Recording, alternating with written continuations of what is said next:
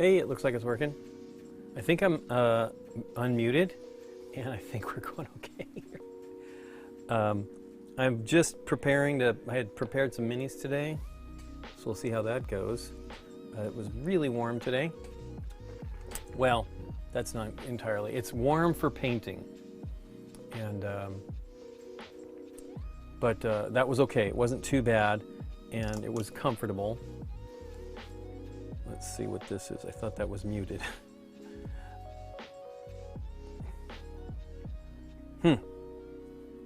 Anyway, let me mute that. But we've been keeping okay here. We're getting ready for Gen Con. I put out the Marvel United, Marvel Champions today. Game that we played. It was actually one of the first GameGenic games we did. We actually chose 2 games that had a lot of accessories as the ones that we'd film. We had planned to film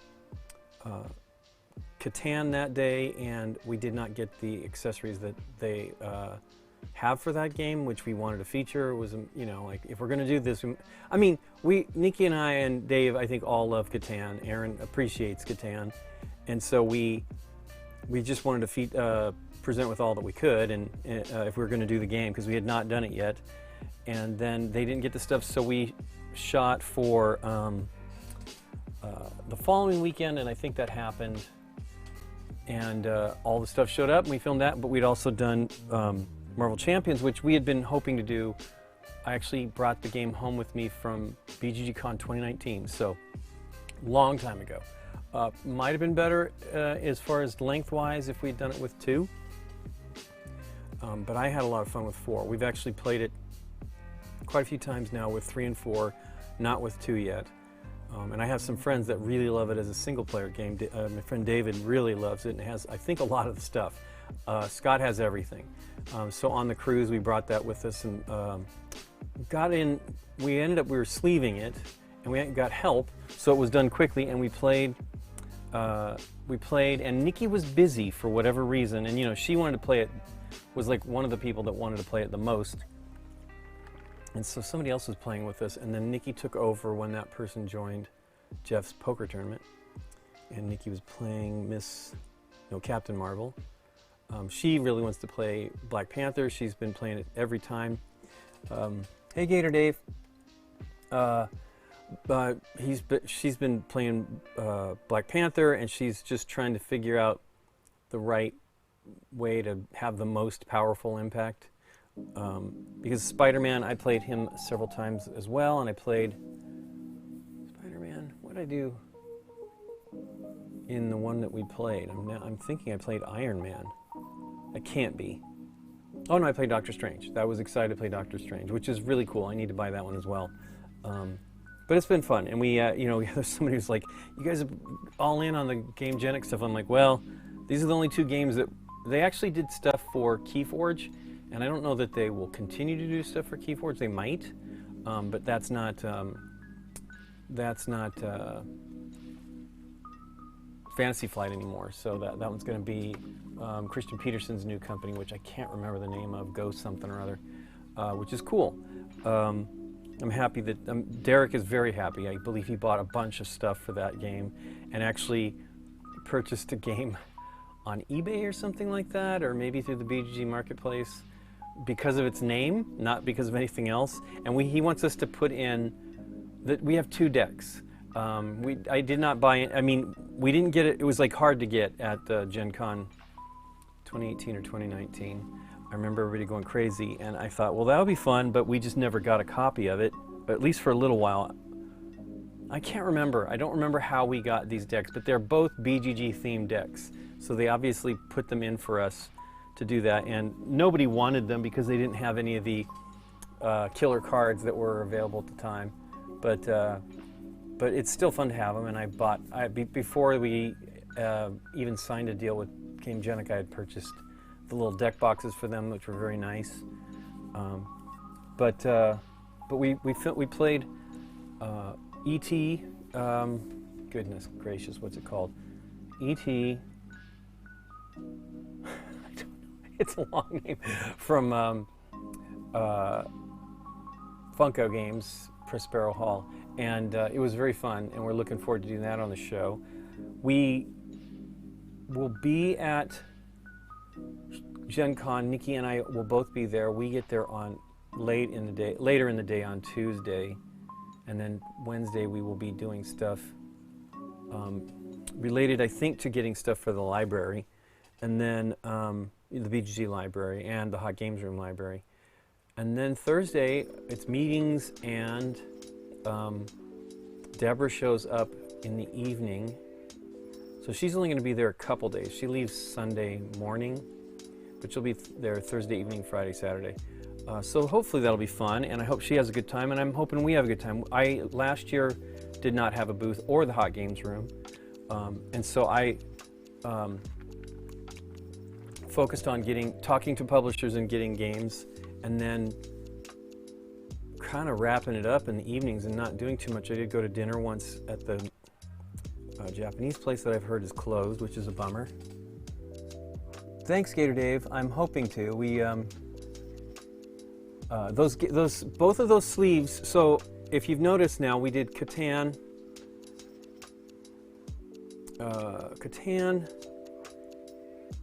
What have we done with sleeves? Oh, we did a bunch of them. We did top 10 Cryptid, which barely, you barely see any cards in that game, but we sleeved that game. We did Scout. We did not do. We had that Creature Comforts. We did that just before we got the sleeves. We have another one coming that I don't believe has any sleeves. Actually, we were told by GameGenic there are no sleeves for it, but it turns out it's a standard size sleeve, so that's we didn't sleeve that one. But we're supposed to use them when we can. But we've been using, and Marvel Champions. Marvel Champions, we used all glossy sleeves because that's the only way you can get the art sleeves, and they looked really good on camera. I was impressed. I specifically was choosing matte when I tested things, and I believe GameGenic has sent us only matte sleeves except for those sleeves. But even the shiny ones. Now, we had filmed some. This deal was in the works for a while, and we filmed, I've told this before, but we filmed Meadow with the sleeves, not very good, worn out sleeves. The sleeves are probably fine, but they were worn out from BGG Con. And I thought, well, let's go for it and see what this is going to look like, if this is going to work. And the way we light, there was very little glare. There's when I was reviewing the edit yesterday for Marvel Champions, I noticed Dave or Aaron showed the deck. I think it was Aaron, and there was a glare because it was directly into a light. But your goal is to just not have light directly bouncing back into the lens. And doing that with these, the way we have the camera set up, we've always had it this way because we don't want the table to glare. Even shiny, even board games have often a satin finish. And that glares. We've had tons of problems with glare. We used to have problems with the live streams. We would have, we did, because at conventions, there's a bunch of fluorescent lighting or heck, was there mercury lamps and stuff like that as well? And they were directly above, and they would, lots of glare on the table. So what we ended up doing in the end was buying a gigantic bounce that opens up like those car window things, but really big, and then hanging it over us, and it was a diffused white, so any light that came in just illuminated everything. My favorite, though, of all of the live streams we ever did was, I believe, 2012 or 13 at Spiel, and they had white tables, which is a bad idea, but man, did the people look good, because you had all this light reflecting off the bottom of the off the table and then illuminating underneath, and it was just a great look. That, in my opinion, anyway. But we hopefully we'll be okay. I mean, so we had the cruise, and some people got sick from COVID on that, and it was a total bummer. Everybody seems to be doing better now, but we did not get it, and we were nervous. Again, I mean, it's crazy. So wore masks like you can't believe, and it was only at the very end, but it was still a little, worrisome because we knew we were coming to Gen Con next week. And what we did is when I booked the tickets, I actually booked insurance because I knew there was a chance. And I think we have insurance for the next trip after that. We got a lot of travel. I'm looking forward to the trips and stuff like that, but I'm not looking forward to the travel, to be completely frank. But I am looking forward to the events. I'm definitely looking forward to Gen Con. I had a good time last year. Everybody was masked. They did not require vaccination proof. They do have that this year. I'm not certain how, because you have to actually go through like a process to get it done. And I'm not sure how that's even going to work. So we're going to probably do it the first day that if it's Wednesday, we'll probably go in early and just try to get it taken care of. I don't know if we're going to have to wear wristbands or anything like that. We had to actually have a test within 48 hours of taking the trip, and that didn't stop it from spreading. So, I mean, now people are not wearing a lot of masks, and I understand. It's frustrating and it's not fun, but I can't, we have my mom. My mom was very frustrated with it when we returned. They will give you a wristband. Okay, it's on the second floor. Are you going, Gator Dave? We met Gator Dave at BGG Con. We did not play games. I think he only came. I think if I recall correctly, he came up near the end. Or maybe it was the beginning and never happened. Not this year, huh? Hey, Bagel Top Games. Yeah, I mean, I really like Gen Con. Gen Con is probably, Spiel is amazing. That was my first major con of that nature. My first con was BGG Con. But Spiel was, especially then for me, particularly amazing. They had, one of my favorite things of all time is the used game stalls that they have, and those aren't as prevalent. I'm not even sure the last time I was there if the guy that I really liked, who was just very aggressive, he might have even been based in Essen. I don't think so though, but he would bring games back the next day. Hey, we got Bagel Top Games is rating. Okay, well, there you go. Awesome. Hey, everybody. I can actually see that. That's a miracle. I'm a little bit delayed. But yeah, it was awesome. I think we requested something, and he brought it the next day. And he took care of the games and made sure they were, like everything was inventoried, and it was wonderful. What did you guys play over on Bagel Top Games? Oh, Marvel Legendary. I have not played Marvel Legendary since we did it on the show. I am going to be painting my minis. I guess I can continue talking, but I will cut to the, let's see if this works. That is not it. Let's cut to that, cut to that. There we go. So there's the table. But yeah, Spiel was awesome, and it was right up my alley as far as, I was kind of looking into games that I missed from, that I was not into the hobby when they came out and things like that, and it was awesome. I actually was looking for 1 year. So in 2010, I bought the Godfather game done by Cosmos and published by Cosmos and designed by Michael Renick, who's actually one of my more favorite designers. And I bought it for myself, and we did not get it for BGG, and Scott wanted it for BGG Con. So then I thought, well, I'll just get it next year or whatever. I'll get it somehow. I knew it wasn't coming out in the United States, and it was impossible to find. I think it took me 2 years or so. So one go at it wasn't a giant hit, and it was yeah. This is Shiri. It looks really cool. So I'm painting everything. So the goal is to paint everything in as much contrast paints as possible. And what that does is I feel it makes it very simple, and it's literally like, for sure, now, I spent time on her face, but the skin was probably one coat of the Gilliman flesh from the contrast paints. But so everything is being painted with contrast paints. Contrast paints are designed to go on with one coat. I tend to thin it with the contrast medium, which I'm almost out of here in this bottle. I've got another bottle. But I thin it so that I can build it up. I believe Shuri was slightly thinned. Her hair is amazing. I mean, literally, I painted the brown over it. Which color did I use? I might have used Wildwood or Grunta, I can't remember. And it just looks phenomenal. I mean, obviously the sculpt job does a tremendous amount. But, so I do use mostly, obviously the white is not contrast paint. The contrast paint white is a gray that looks pretty good, but you can see it's pretty white blue here. Once you mix it up, it's okay. I mean, I've used it to layer on things otherwise, but this one I just used it for the piping or whatever of her outfit, which is great.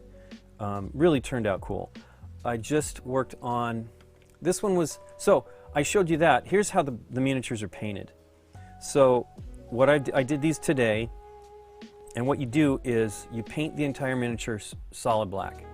I use an airbrush. I have this $20 airbrush from Harbor Freight. I mean, I have a lot of airbrushes. I have many that are almost exactly like this from Badger. Badger is my main airbrush manufacturer. I have a couple from, I have one Iwata, which I like a lot, but I'm used to Badgers. And then I have one Iwata, maybe one Pache, I think that's correct. But mostly Badger airbrushes. I probably have 8 or 9 airbrushes. But this is what I use to prime these, and this is very inexpensive. I have a little bit more expensive air compressor that is quiet, an Iwata compressor, but Badger makes great compressors too. But Harbor Freight actually has one. I don't think it's called Renegade, but it was like $100 and something with a tank. And tanks are great because you can consistent airflow, which is nice. Just got to stop by the Marvel United area. Comic-Con Southern. Oh my gosh, the painted minis! I would love to see them. I saw some at New York Comic-Con. I saw people that were dressed as cosplayed as those characters, holding the minis, and they showed the minis up close. And I mean, they're so fantastic. So what I do here is I paint the mini completely black, and what that does is it starts your base.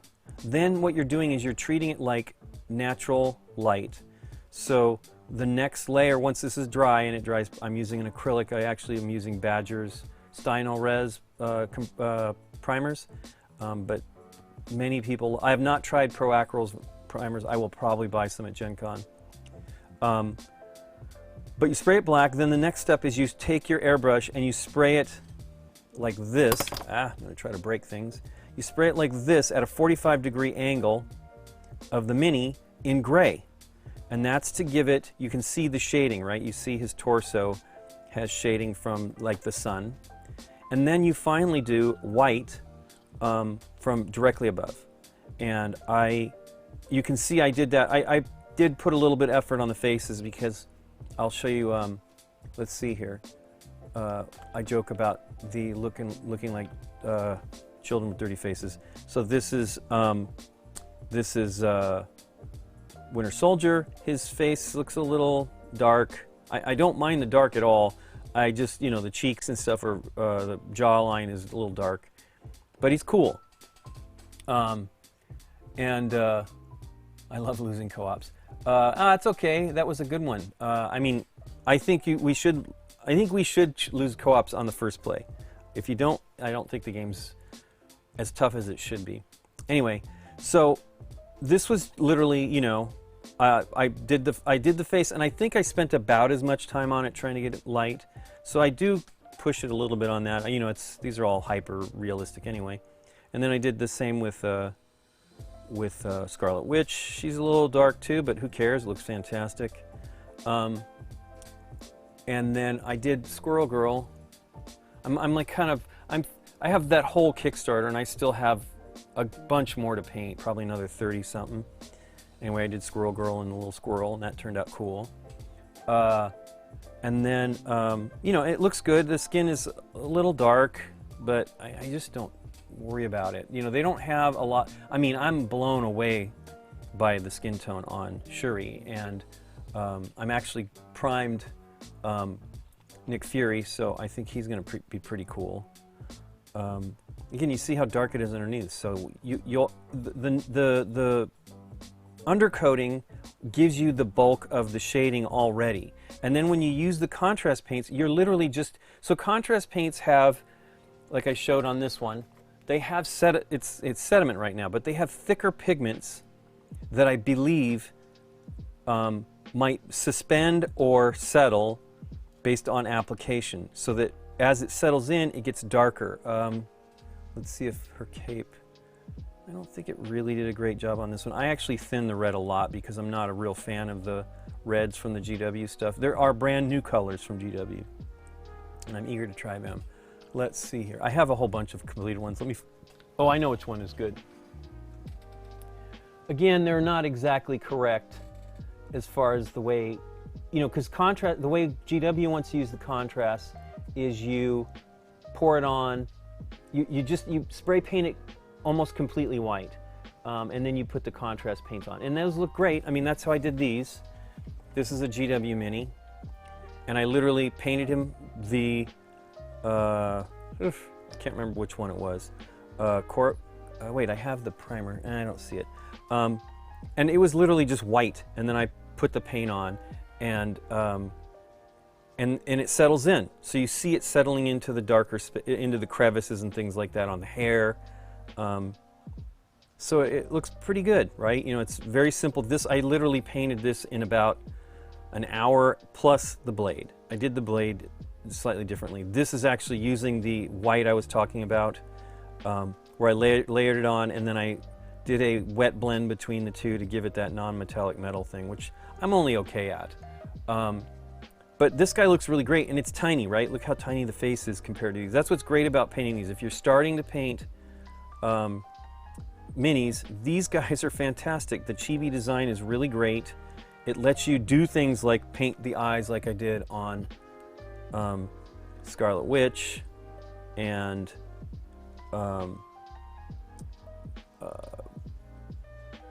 Bucky here, or Winter Soldier, and you get to actually have a little bit of expression where their pupils are not completely in the center of the eye and everything, so they look startled. I worked on Doctor Strange.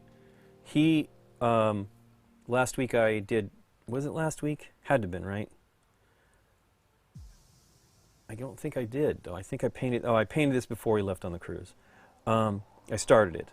I finished all the cape and the, the magic swirls.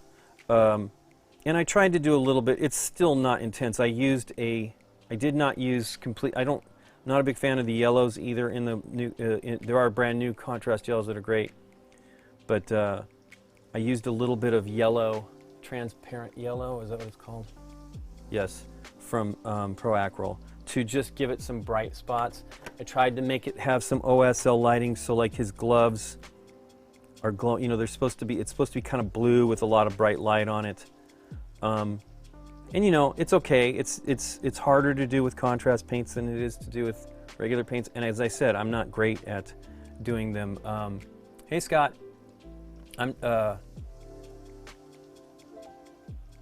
so once I'm done, I do put a clear coat on them.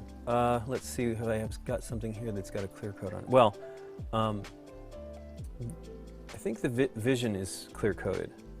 I'm pretty sure. I spent a little bit of time on the brick wall on him because the brick wall is a lot of this, and he's passing through it. And I thought, well, let me put a little bit extra effort into that, and it turned out cool. But then I use a matte varnish from AK Interactive that I really like. They're not terribly expensive, $8 or $9, maybe $10. Yeah, $10 for the varnish. And you can, I brush these on. You can spray them on, but spraying, you have to be prepared. I actually tested these things when I got them, and it was literally the fastest spray, and I was breathing it in no time. And I had, I knew exactly what I was doing, but it was like, I was not wearing a mask, which you should absolutely wear if you're gonna do something like that. But it was literally just to see, on a test piece, to see how it looked and let it dry. I wasn't like trying to finish the thing completely. I only did a little bit and then left, and then I was like, hey, wait, I'm having a hard time breathing. So definitely wear a mask. But you can brush them on and they go on great and they level very, very well. And this guy looks fantastic. LNOE, what is that? Chumley. So Captain Doctor Strange is not varnished yet. He will be. I may actually do some of that today. But he turned out cool, and I was very happy. I actually put a little bit of gray on his temples, and I tried to do like a little bit of shading in the edge of the gold trim. Again, I'm not a huge fan of the yellow, but I'm going to have troubles with it no matter what I do because I don't paint them white enough. You know what I mean? I don't go for the complete white that GW would prefer you to have, but this makes it easier in my opinion. Makes them look a little bit more natural. Some of these, like, you know, Vision, he doesn't really have much shading because it's a dark paint. Some of the paints are more effective than others. And, but yeah, Doctor Strange did okay. Again, his cape does not have lots of shading. Oh, I was going to show one that oh, you know why I can't show, I was going to show the Red Skull, but I don't. Well, here you go. This is actually just one coat of the purple, one of the purples, and it looks pretty good. You can see the shading. It's settling into the folds of the fabric, so it gives it dimension. And it also has the dimension because, you know, like I said here, I painted that, so you're going to see it will affect it because these paints are relatively transparent, translucent. The black is one that is not. I can show you Black Panther, who turned out cool, but literally you can't tell that he was shaded. Now, the good thing is lighting will give you some shading on this one because it's a continuous tone generally, but it's disappointing that it doesn't give you that kind of that look.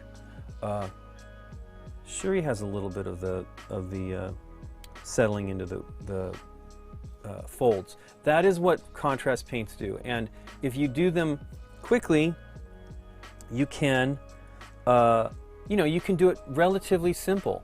It's not too painful, and you can get it moved pretty quickly. I actually finished Doctor Strange, so you know, I do this every time I start off and explain what I'm doing, so because not everybody's watching every time.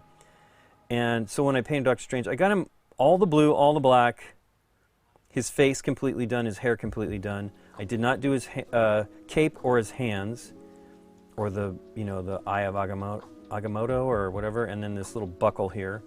But I did all the dark colors and everything, and then I finished the cape, and I said I put a little bit more effort into this and the OSL, which is the object source lighting effect, which is not easy to do with contrast, but not impossible. Hey, looks like I didn't get some yellow right there on his little swirl. But here's another example. This one was the same idea. Like, this has, you know, it's glowing, and I'm trying to do it as the where I airbrushed a light color on the bottom so that it would be like the glow of the rocket engine here. Did it over here. I had like the light on Green Goblin's face supposedly from glowing. It's a little extreme, but it was, I generally have been following the paint schemes that Big Child Creative does.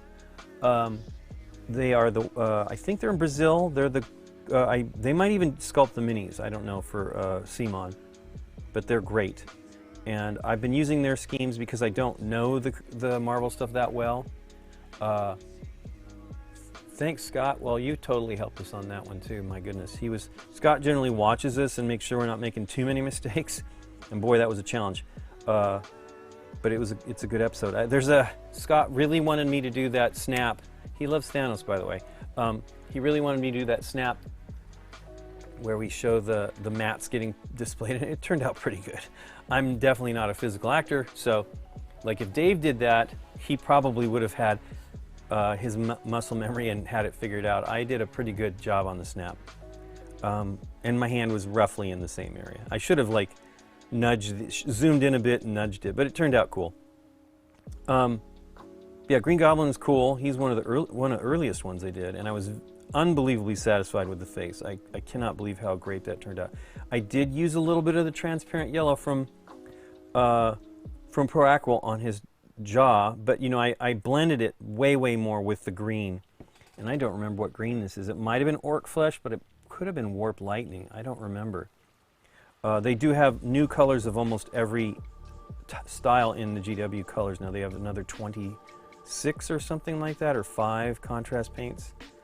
I think I was saying recently that a couple of the shades that they had previously are now in the contrast paint range, and somebody was saying, I think it was Ninjon was saying that he thought that they were probably their first attempt at trying to do that type of a thing. But it goes pretty quickly. So I'm going to do, I actually was going to start with Miss Marvel, and I got alcohol right here on her scarf, so I can't do that yet. I messed up the, I could paint it, but I want to spend a little bit of time doing it. So I was very excited to do Miss Marvel because I enjoyed the show. I knew nothing about Miss Marvel. Nikki's the one that really reads the comics.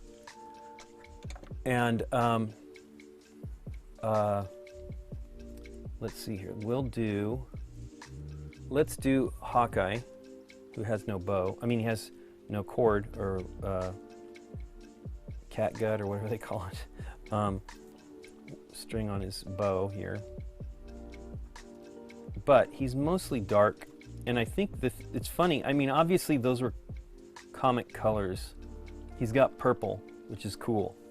Now, everybody works slightly differently. I like watching Adam Smasher. He streams Mondays and Monday evenings and Friday mornings, and we have him on the BGG front page when he's streaming. He works from the bottom up, which is a valid process, right? I work in to out, so I generally work on faces, and it's tough. I will tell you right now. I'll show you my challenge on Doctor Strange. I thought about it a lot, and I probably should have done it, flipped just that part. But getting the paint in by his jaws was a challenge, because I painted his face first. But I feel you should work in to out. So like, he doesn't have like a different color. His stuff is all blue at least. But like, when I did Scarlet Witch, I did her bustier first. Not that that was very different. Let's see. Do I have somebody else here? I did Squirrel Girl. I did her neck, her, just, you know, the top of her chest and stuff like that. And her, I don't think I did the head, the colors on the head. I just did the face because I tend to touch the top, which is a bad idea. This is a great mini holder. The new GW ones are a little more slender, probably better to handle. I don't have any of those yet.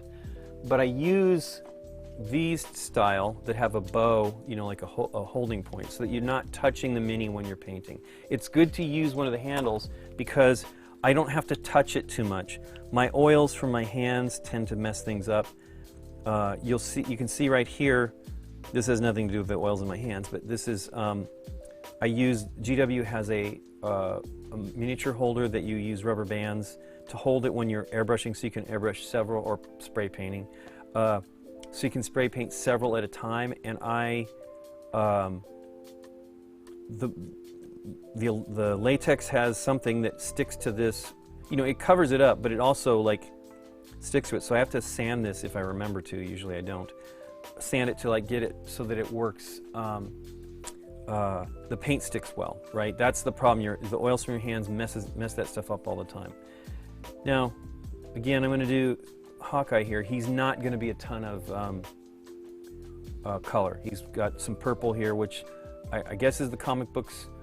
They did do that in the show. Haley Steinfeld, or whatever her character, introduced the purple to again, gave him an outfit, right? Because he was basically kind of commando military look in there at the beginning. I don't know what is going on here. The only downer about the big kid creative stuff is they don't. This first Kickstarter, they did not show the back sides, so you have no idea what is exactly going on, which is fine. You don't really need, you know, nothing has to be perfect. I figure here's what the deal is. I started by saying that I follow the color schemes that they have, partly because they're going to be comic book centric. But additionally, I don't like wasting time thinking about it. Hey, Elle, I don't like wasting time thinking too much about it. I do that. I mean, here's like one of my first painted up miniatures back from 20 years ago, 22 years ago. I painted minis, army, like model kits, Revell and stuff like that. But this is my first fantasy one. It does not have any shading, but I spent a while thinking about this color scheme before I did it. Now I would obviously put some inks on it and stuff like that to give it some shading. I would probably work a little bit more on. I mean, I have hundreds and hundreds and hundreds of minis next to me of GW stuff that I hope to get to. I need to try to get through all this Marvel United stuff. I have all of the X-Men stuff except for 10 to do because I did the main box already. But yeah, I feel it's best to just not waste the time thinking about it. You just go ahead and go for it. So I will paint. It's black, looks like. This has some OSL lighting. You know, they have lots of blue lighting on these, which is cool, but I'm not great enough at doing that with all the dark colors I'm doing. Looks like it's dark, so I could probably get away with, I need to change glasses, I can't see this. I can read perfectly fine, but I can't see these tiny, like deep in here. So it's black here. You know, you see his neck, there's his hair, and then it'll be, so I can probably paint that flesh tone and then do the black later. But I work in and out, out because like, for me, I end up having problems with the face if I don't. Now, thankfully I don't have eyes to paint this time, although I might try to do, I never did it for Wasp, but she has like a gold, well here I can show you. This is actually really awesome. I would love to try to do it. I don't know that, it's not like, here you go. These guys are great miniature painters, and someone was saying how they saw the stuff from Comic-Con. But you know, they've got them like magnified in here and stuff, and it's not, I mean, again, look how tiny that is comparatively. So the painter is a great painter. It's just, it doesn't have to look super crisp to look good. And so I would like to try to do that. I kind of feel like I just knocked it off. I kind of feel like I did do that with, I don't remember though, some of it maybe with Wasp. I'll have to look. But I painted those last summer with Scott. We were streaming at the beginning of us trying to paint miniatures. And, but I think it's better to just work to flesh tones for me first, then go out, right? So then I would paint the glasses and things like that. Again, I don't necessarily paint the hair right away.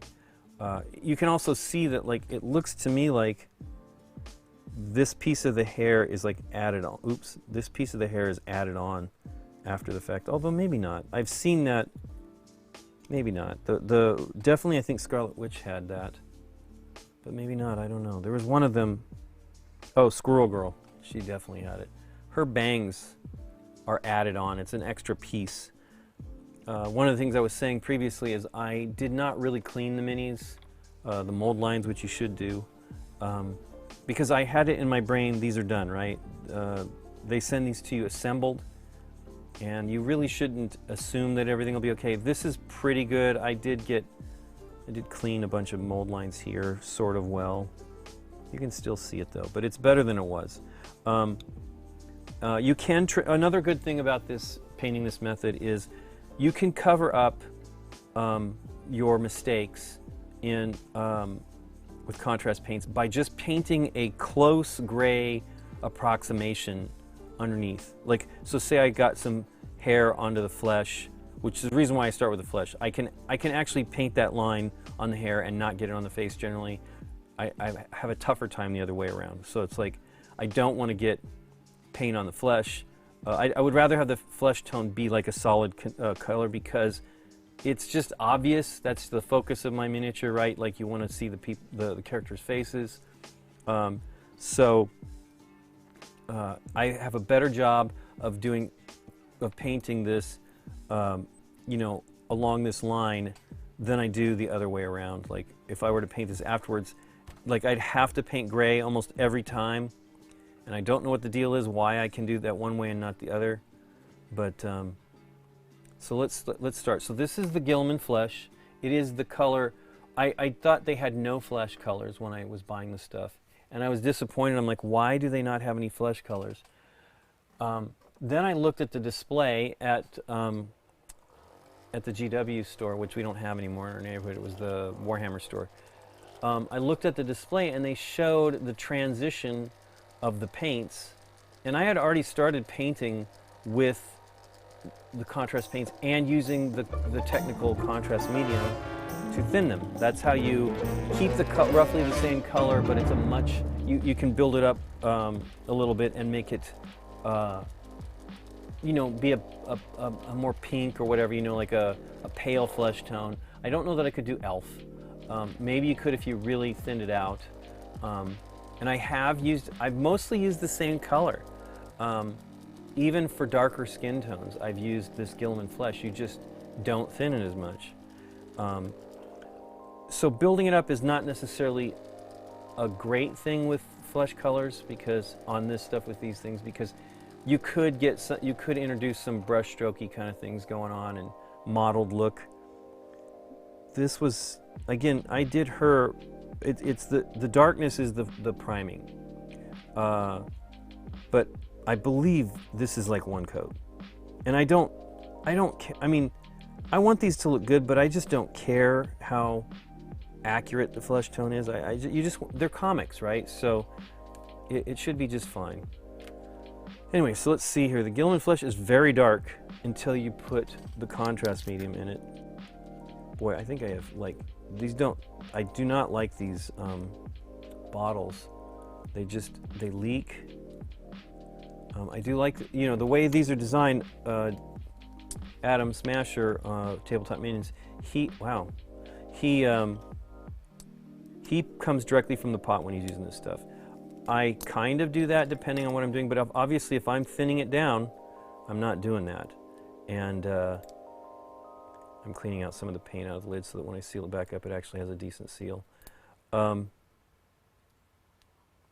yeah, I think their paints are good. They're not cheap, but I think they do a good job. The new colors have some colors that are single pigment. Single pigment means it won't be like this. This has multiple pigments. There's a dark pigment, there's a light pigment. So it means that it's going to be more like a ink, where it'll be a solid color.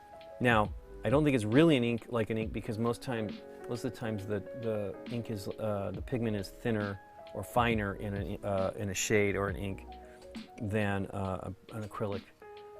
So let's see here. It's funny how long this last bit of this contrast medium is lasting. I am using a wet palette.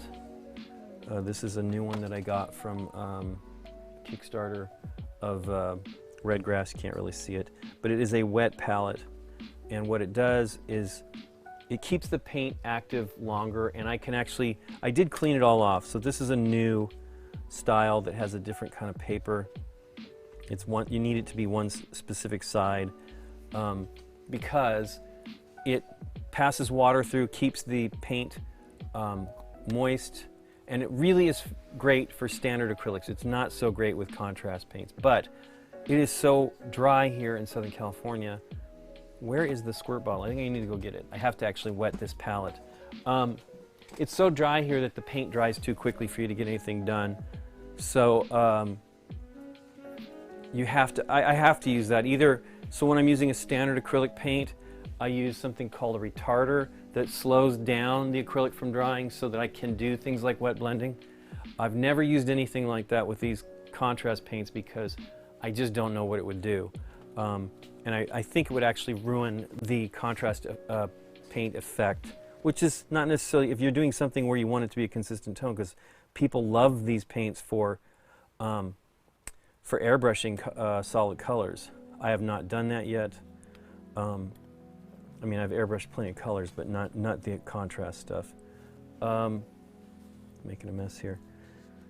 But the neat thing is you can clean this. As you can see here, there was some color here, and that was the contrast paints actually don't clean up as easily as the acrylics. The acrylics, I had a bunch of acrylics over here in these exact same spots, and you can reuse this new Well, I think I got white paint here. You can use this new, these sheets of paper in here up to 6 times, or actually 4 to 10 times or something like that. But I've only, I think I waited too long before I cleaned it previously. But that's actually pretty good. I mean, I'm just one of those conscious, I don't like wasting materials. And so being able to reuse these, man, they had a name for it and I remembered the other day. It's like a film anyway. Reusing it so that it,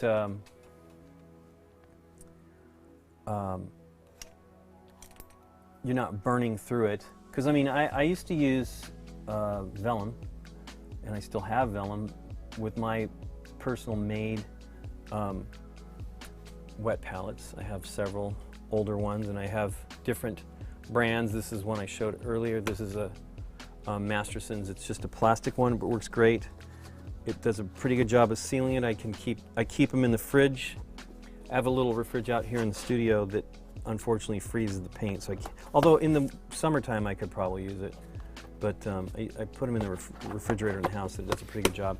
I used to do these with a tray, and then I would put cellophane over it. That would be the lid, and it did a pretty good job. I think that was Nikki that showed me that. I mean, I used a wet palette previously, but I never kept it because I was mostly doing it with like artist acrylics, which are thicker. But Nikki was the one that used like these white porcelain metal trays that, and then she'd put the cellophane over it, and that works pretty great. I would really like this to be, let's see how decent I can do with the brightness. Your old Eldar. So that's again, that was done 22 years ago. Like right around this time. I think I started in June of 2000, of 2000, and when I first saw this, while I was gone, friends that we game with started painting the GW stuff, and I'm like, nope, you know, because it was not cheap then, and then I got to look at them more, and I was a total sucker. And the Eldar were ones that I was interested in, and my friend Alf, who he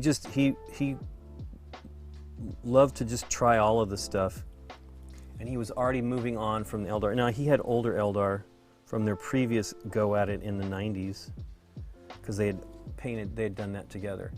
And what was really fun about all of that was we were all painting together. It was really fun. I learned a lot about kind of the more modern techniques for painting miniatures from Alf. He was very good. And you can see it's like, it might be okay here with one coat. My friend Opal was saying I should be priming with a brown instead of a black, especially on their faces, which would probably be better. You would be less 5 o'clock shadow on these guys. I'm actually kind of excited not to have to paint the eyes, because for whatever reason, when I paint them on the stream, I'm not as fast. I don't know what it is, maybe nerves. But when I paint them myself, I generally get them in 1 or 2 shots, but gosh darn it, the past few times I painted them on the stream, it's been like 4 or 5 times minimum. Now you have to wait, you have to let the contrast paints dry. Like, I'm very eager to like put another layer on here, but you shouldn't. You want that film to dry, and here in Southern California that's pretty quick, but in other areas it is not. You can use a blow dryer to speed up any kind of especially acrylic paints. I've never done it with oils. I've always let oils go overnight. He has like brownish hair. For whatever reason, they've got very blonde eyebrows on him. I don't know that I will do that brown. I'll try to probably go more Jeremy Renner. Now he has flesh tone on his arms. Where is that? Oh, so that's this here. So I gotta make sure I do that.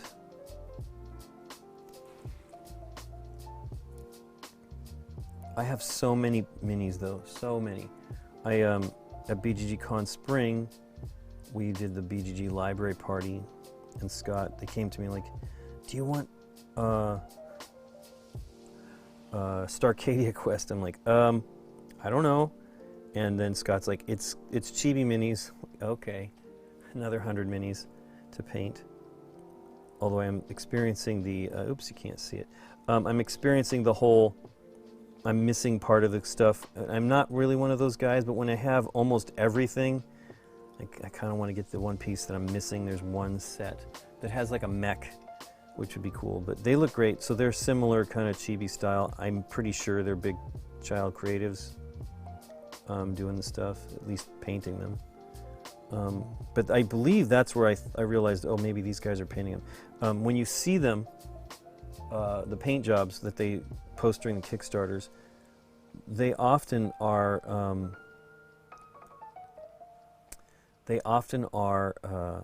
3D printed, so they don't necessarily look exactly like the final product.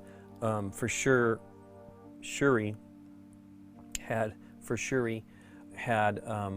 these in her gauntlets. They were openings, so they were like teeth and all that, and they just put these spheres in there to be like glowing energy.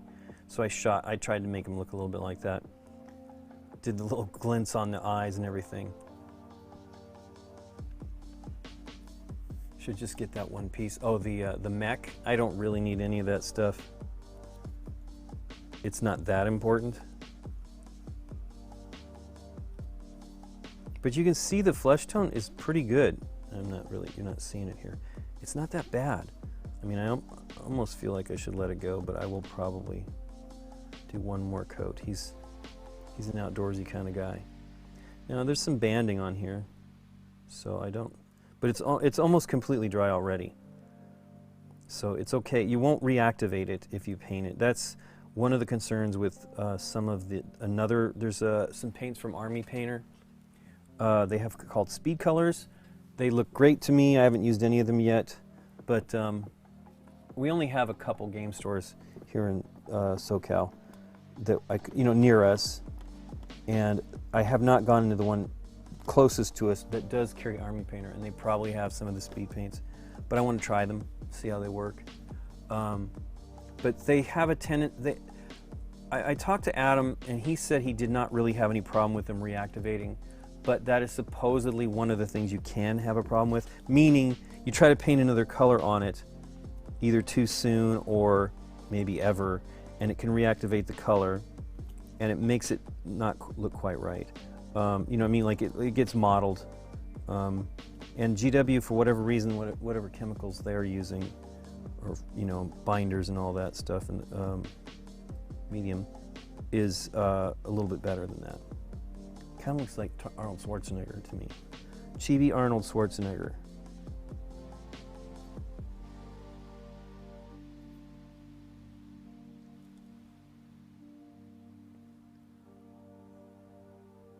This looks pretty good. It's not, I did put a little effort into trying to get his face as light as I could with the primer.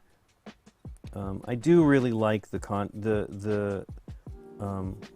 zenithal undercoating, though. It really makes them, it goes quickly. So like, I don't necessarily have to paint a coat of a darker purple to do this stuff on his, hey, look, I got it on his crossbow. Now that crossbow is going to be dark, but not that dark. I have had luck getting the paint off by cleaning it with the brush. But I'm going to probably paint the arrows with a,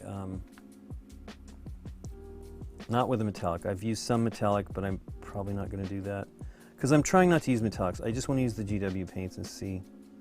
It is the exercise I have given myself for this that is not necessarily genius, but it's the challenge. I can paint standard style. I mean, here's another GW mini I paint. I show this one all the time because it's just sitting here. But this is a tremendous amount of effort. I spent a lot of time on it, and I have not painted any of these types of minis yet with the contrast paints, and I know that it will be a little bit of a challenge because large smooth surfaces just tend to get brushstroke. You know, it's not really brushstrokey. They get to what they call coffee staining, where it looks like, you know, a cup has been sitting there. And you're already getting, I mean, there's a lot of flesh here, right? Smoothish flesh. Some of it is because, you know, there's a depression above his eyebrow, but some of it is just the nature of the paint. Let's see here. Now this is, again, very thinned out, so it can take a few coats. See, it's still wet there. And that might even reactivate. It's probably too soon. But, so I'm going to try to go, I mean, I should not do the hair. I think I'll do the purple next. It looks to me like the tops of his arrows are purple as well. Interesting. I kind of recall maybe something like that. Now, they're not going to be too bright because it's relatively dark.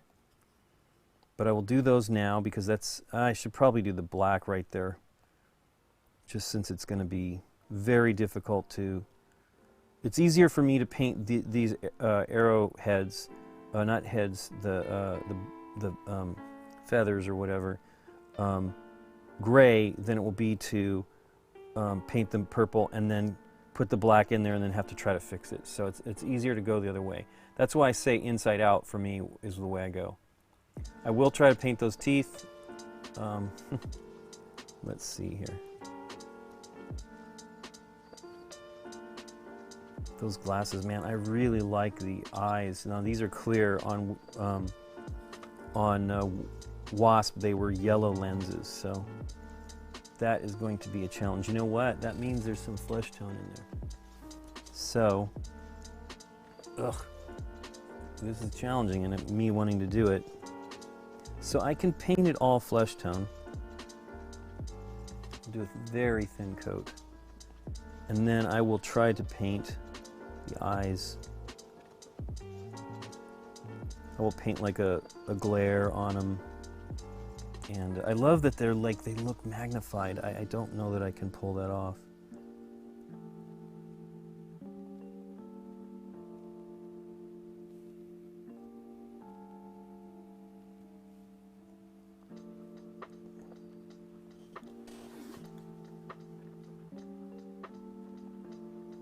Come on, paint. Try not to put too much on.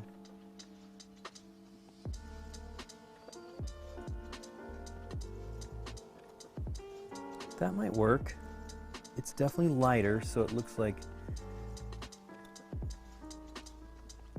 I will be painting that entirely, which will be interesting. I'm not a great freehand painter. I can do okay.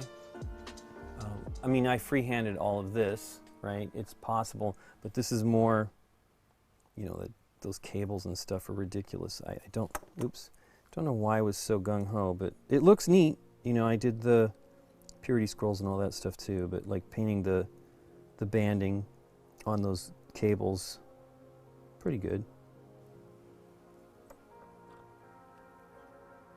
Silver prime, I do have, I have a couple different kinds. So one of the things I've been using, if I want metallic pigments like I did here on Doctor Strange, I put a little bit of metallic on the Eye of Agamotto, and then I put a little bit of basically silver on the top. I'm using metal medium, which is not as pigmented as a standard metallic. It's more pearlescent, but it looks pretty good. It's Vallejo, and I like it, and I've been using it. I did it for Thanos. I might as well show you Thanos. I gave up on Thanos.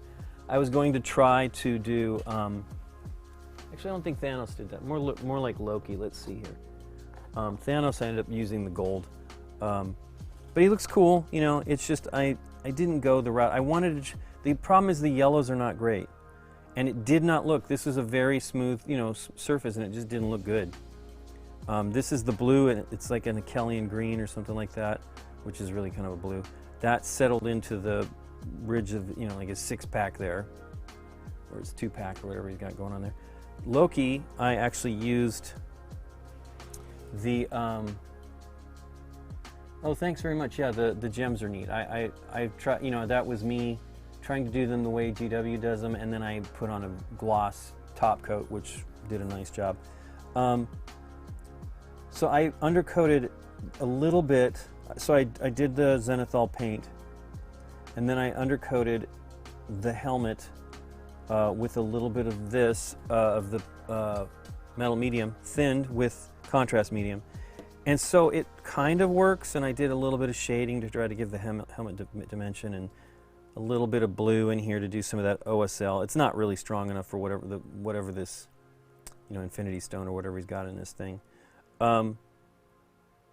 But it looks cool. It's very comic book with the green and stuff like that. And his face looks a little good. I tried to do a little bit of shading because it's kind of far in there in the helmet. It's okay, but he looks cute. These guys are all like kids. It's a joke. Although Thanos does not look like a kid, but it looks pretty good. I did the same. I did not paint the gems like I did for, and I might go back and do that like I did for the GW stuff because it's not that hard to do. But I did paint these with inks, so I used Vallejo Game Ink on all these colors. They did not have an orange, so I made one out of the red and yellow. Worked perfectly fine. But the glow, the shine helps them a lot. You don't necessarily need to do the cool light passing through the gem thing that they do on GW. But it's fun. I like doing them, so I probably will get to that. So I will come back to his eyes, but I'll do his hair. Let's just start with one of the browns. I wish there were, it's the funny thing, there's a few colors they just don't have. There's several browns. I have Wormwood, which is the dark brown I used on that, whatever the heck these are called. His torso here, his legs and torso are dark. That's a Wildwood, and it's a great color. It still does the settling, it does all that stuff, and it's relatively dark pigmented. But I've just not been knocked out by the color, the browns. This Gorgrunta fur has been my kind of go-to hair color, unless I want it to be a little bit more red. And I did that on, let's see, I have one over here. I think Gamora's got red hair. Yeah, she turned out good too, though. See, I applied the same kind of painting to her skin, but with the green, and it turned out good. But yeah, this is like a red. So this settled, and prior to painting it, I actually painted white highlights on the top of of her hair, so that it would, it'd be like it looks. I mean, it looks pretty. It looks like it looks pretty strong here on the camera, but it's not quite as strong in person. But man, her stuff looks great, and this is like the only white armor that I'm relatively satisfied with. This is again using the white, apothecary white that GW makes. There is a transparent white, I believe, that Pro Acryl makes, and I want to buy that, see what that's like. Although, I've been doing a lot of that stuff with just mixing the contrast medium into it and then going for it. So now the Gorgrunta is a pretty good color, but it's very dark, and I don't think I want Clint Barton's hair to be that dark.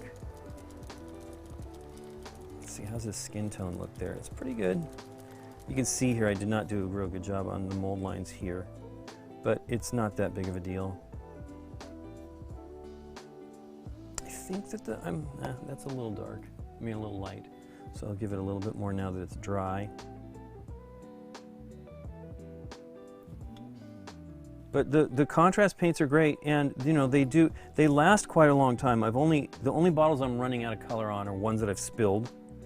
Actually, I've only spilled 2, and the first one I spilled was this yellow, which this is it. I got the tiniest amount at the bottom. I am still using it because I don't waste, but I did buy another bottle of it that's full, and I've used that one because when I've spilled it, it has screwed with the contrast paint. Here's an example. This is the Basilicanum Gray, the other one I spilled. There is no sediment. This sediment here has been there since I bought this. I just couldn't ever get it to completely come off when I mixed it up. This has been sitting, it should have sediment. Here it's not sediment, but the pigment. But look at this one. This is a fresh bottle of it that I've never spilled. Look how much there is in the bottom. So I had fully mixed it up, And in spilling it, like a lot of that pigment went out when I spilled it. So it's crazy because there's still quite a bit of paint in here. I'm not even sure. I mean, sounds wet. So I've been using that on the bases. I've been mostly doing the bases dark because the priority for me is like you want to see the characters. I don't want a lot of color on the ground. I did do on Winter Soldier, I did the gun shells, the bullet shells, and did those in color, you know, with brassy kind of look to them. I was very excited to paint the manhole cover on this one, and I did use one of the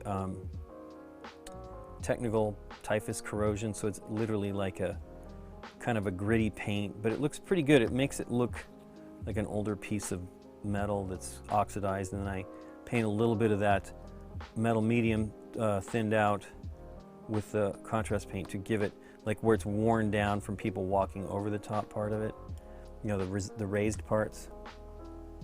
So let's see here, where am I at on this? It's not a big deal to actually let it get up to the edge. You kind of want to when you paint it, so that it, when you paint the other color on the other edge, and it's going to be a dark color, it won't be, it'll look okay. It's like it's shaded, you know, from the one thing being raised up above the other. I'm telling you, he's saying, come with me if you want to live.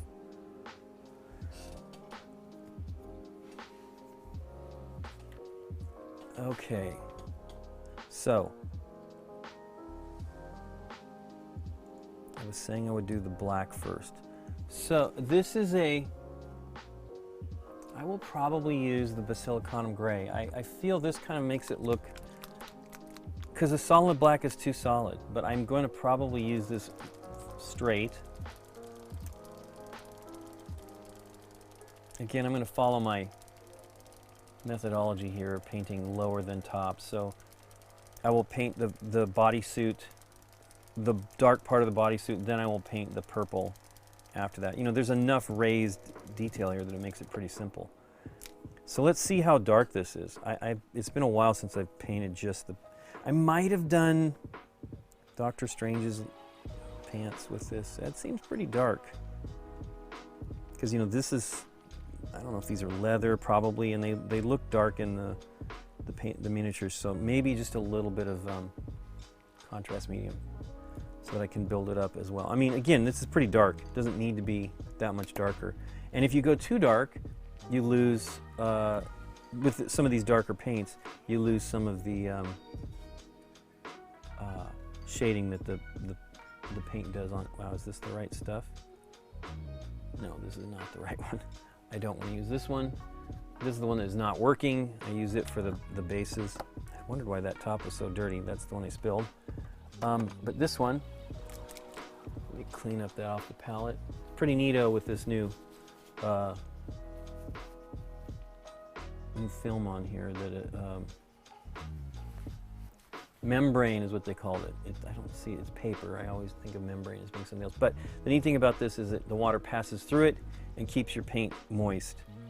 But I will use the one that actually has the pigment in it. But yeah, it's multiple colors the way these work. And so I think what it does is, like, the heavier stuff settles into the folds, and then these other pigments, which settle, but they tend to stay on the surface long enough for the paint to do its dimensional magic. So there you go. I'm using a vortex mixer. Does a pretty good job. You really have to mix these very well, these contrast paints. So it does a good job. I'm pretty sure I used this on Doctor Strange straight. Let's just see what it looks like. His pants are, I'm probably going to regret this.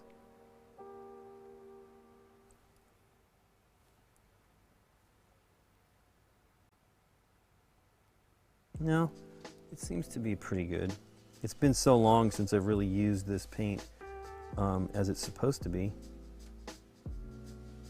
So you can see it settling. It's like an ink. It's settling into those spots. Like there's a big seam line here on his pants.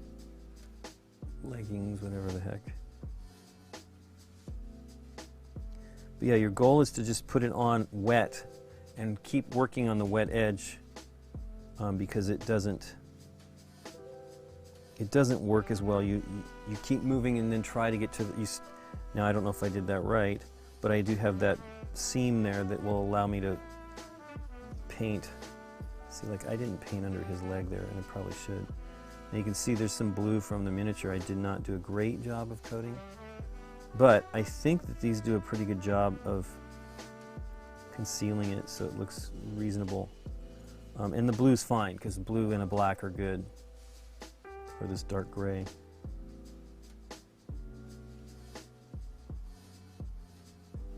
It's funny how many, I mean, I was looking at it, Miss Marvel, she's got all this yellow, and I'm like, goodness, all these minis with all this yellow. And I am not a fan of this yellow, so.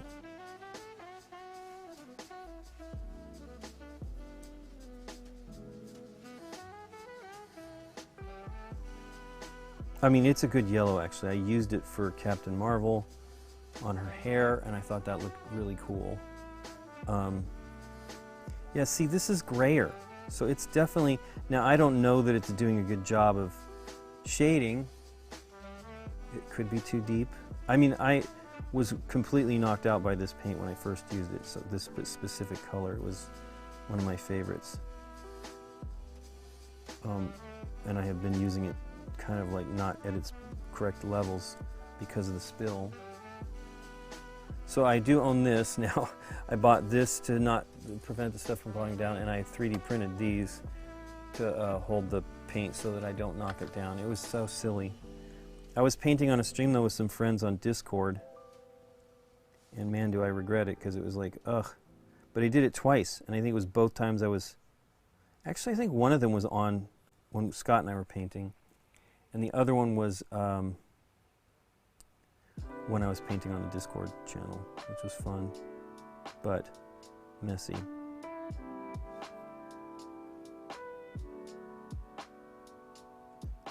So one of the things I do is I thin out this basilicanum gray to do kind of metallics and stuff. So I'm gonna, so it's a non-metallic metallic kind of a thing. And I will probably do that on these arrows. I will thin it out a lot. So, you know, I'm working at it with this just straight out of the pot, and it's doing a pretty good job.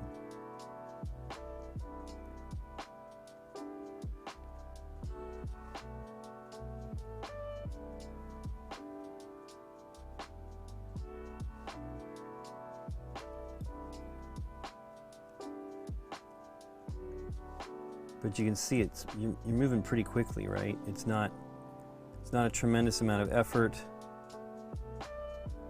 And you know, you could start with, again, I mean, lots of colors are repeating in these Marvel minis, so the paints are twice as much as the stuff from Army Painter, because I think the Army Painter's around 4 something, and these are nearly 8.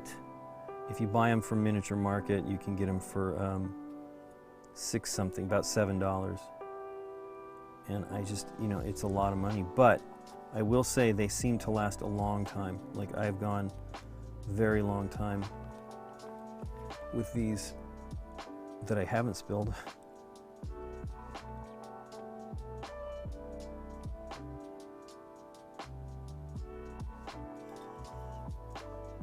I generally have been using, this is like, this brush here is more like, I've actually had this brush a long time. I used to paint with these. Now, it's okay with these contrast paints because there's a lot of, it's a very wet paint, and you want to belly in the reservoir of your, which is the reservoir of the brush, to be able to hold paint. So, and my issue was with the other, I grew to use larger brushes because this brush here is pretty heavy. Holds a lot of paint though, but you see how tiny that point is. It's actually as small as this one. So if you if you keep your brushes in good shape, and this is an inexpensive brush, this synthetic sable, both of these are synthetic. They're great. You know, you can go a long way and paint details. And I mean, I see people paint with that size of brush, and they use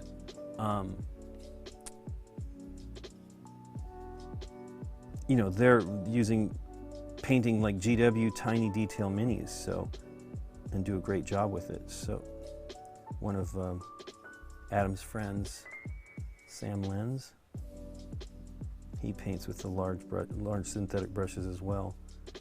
Like I got some of those from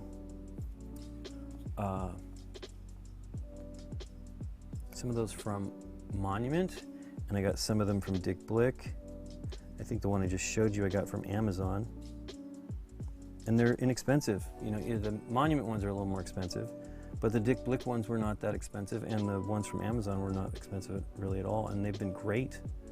I've only used 3 of them, I think, total so far. And you should never throw them out unless you completely do something terrible to it. Even if you do, you can always just take the paintbrush and stick it in alcohol, and it will strip the acrylic out. So you can see I didn't get all the, you know, it's hard, I'm painting underneath, right? But I didn't get it all, the primer all in there, but there's definitely some mold lines here that I should have realized what was going on. But you know what, he's got like one of those things on his fingers, so that is what I will say. Oh, I see, that's not, if I clean that, it might not have been right. That's the feathers of the arrow.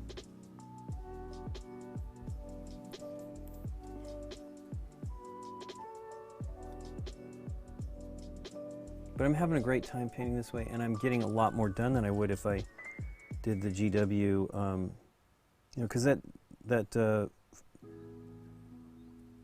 mini that I showed you is from Space Hulk. And you know, that is one of the main, like, there's only like 6 total Space Marines in that game, maybe 5. And so I put more attention onto those. I actually painted a complete set of them in 2009 when the version of the one I have came out. And then Scott was saying he wanted to have a painted set for BGG Con. I'm like, okay. And so he gave me the set that we had for the store, I mean for the library, and then I just brought my painted, and I did all of them, and they look pretty darn good, and I haven't only started the other ones. I did not do as consistent of a color between them.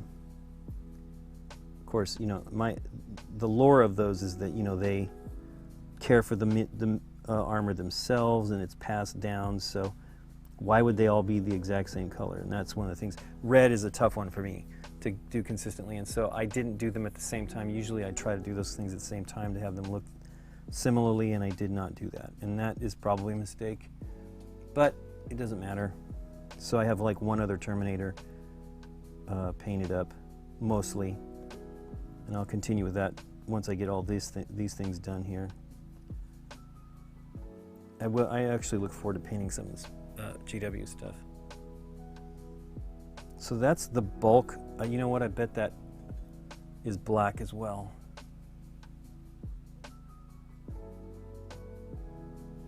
I mean, I think there's some other stuff I have not painted black.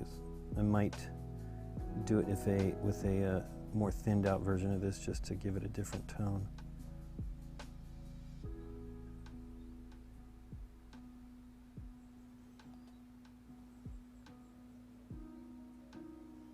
Now, I've never painted minis with oils. That's not entirely true.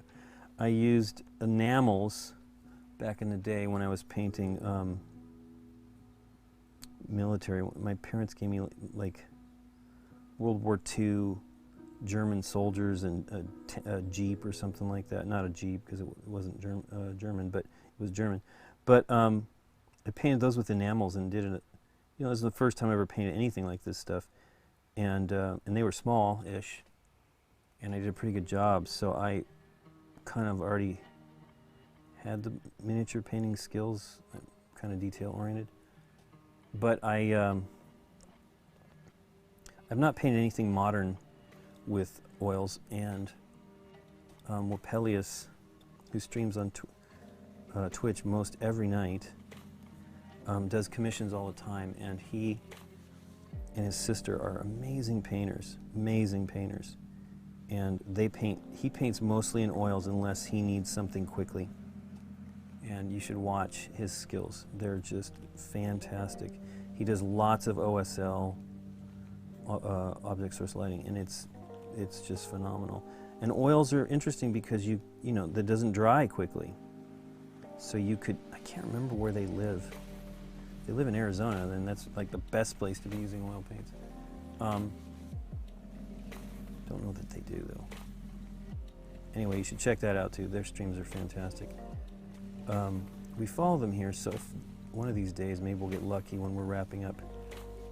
He'll be painting James Wapple.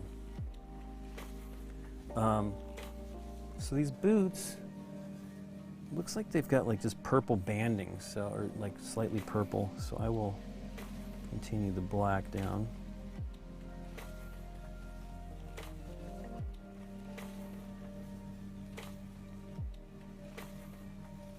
But I do love that I don't spend the time thinking about the color schemes, you know. I just go with it, and they look pretty great. I mean, here's the deal. They're not as well painted as some of my GW stuff, but they look fantastic on the table, and I'm gonna have everything painted. I mean, this is like, all of this is like the beginnings of me just trying to move faster on painting minis, because I am too, you know, precious about getting it done right, and I want them to be done right, but I can do that quicker. Part of that is just probably my skills in general, getting a little bit better with the painting, but I also think that contrast paints are a great way for people to just get their stuff painted and get it on the table, because it's so much more fun than dark gray plastic. We did that was one reason why I was painting them.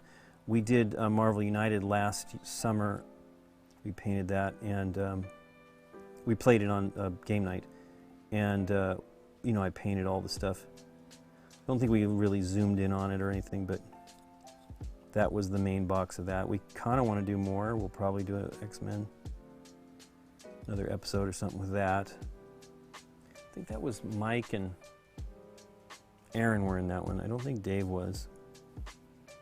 Dave was still up at his parents', helping them out.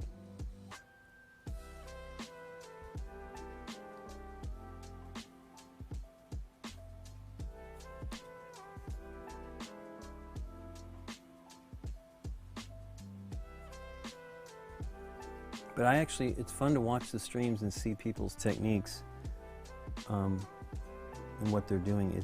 I've learned a lot. Well, literally, I was painting the contrast paints already, but I talked to Adam about doing it in 2020 we had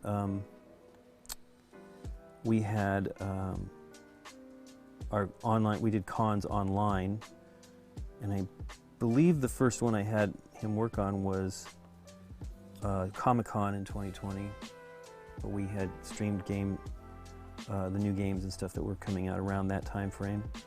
And so in the middle of the run, or when we started, it depended on what they were doing, because we had several people, other contributors doing stuff with us. But he would start off the day painting the stuff, painting things with this method. And he did, I think he did, for Comic-Con, I wish he saved the streams, but I was trying to convince him, like, you need to offload those. He's like, well, Twitch holds on to them. And of course, Twitch does not hold them forever. And so he lost those streams, but he did,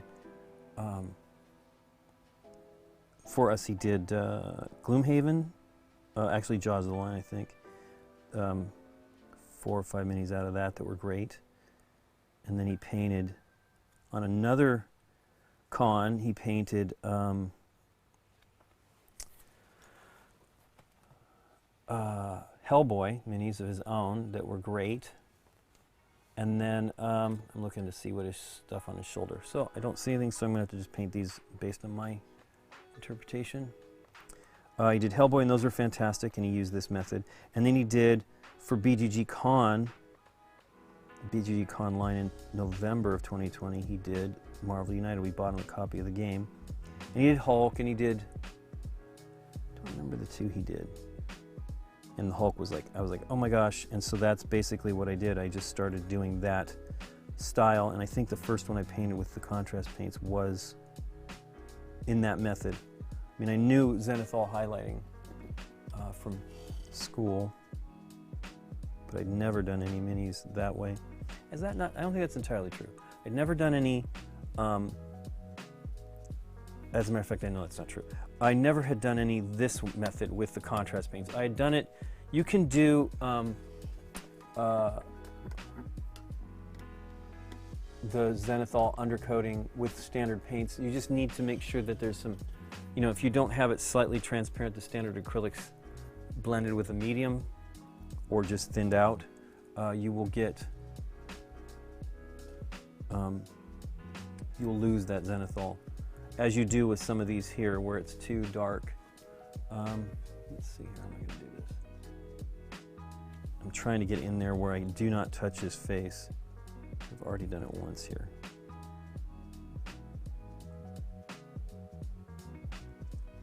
It's okay. Most of it you can't really see it.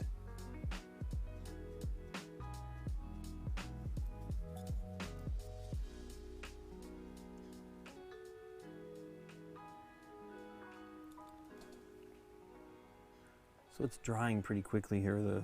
The bottle is, the lid is, the paint is drying very quickly on it. It's part of the problem with Southern California here. Plus it's summertime. I didn't really ever paint much in the summertime, although I did paint when the guys were starting up with the GW. That I came back from my grandfather's funeral and they were all into it, and I got into it. And we were painting in the summer, but generally I do the stuff in fall and winter just because it's much easier. And but with these contrast paints I can kind of do it, but they still dry pretty quickly.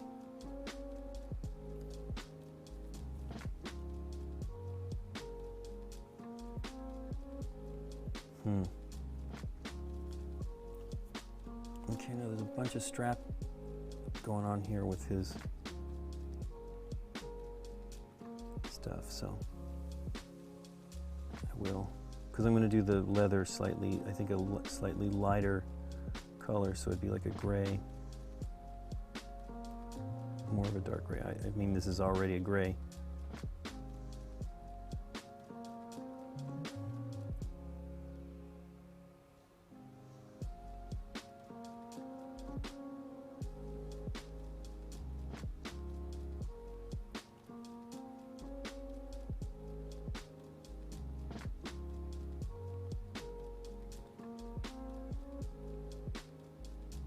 I'm being pretty cautious here with the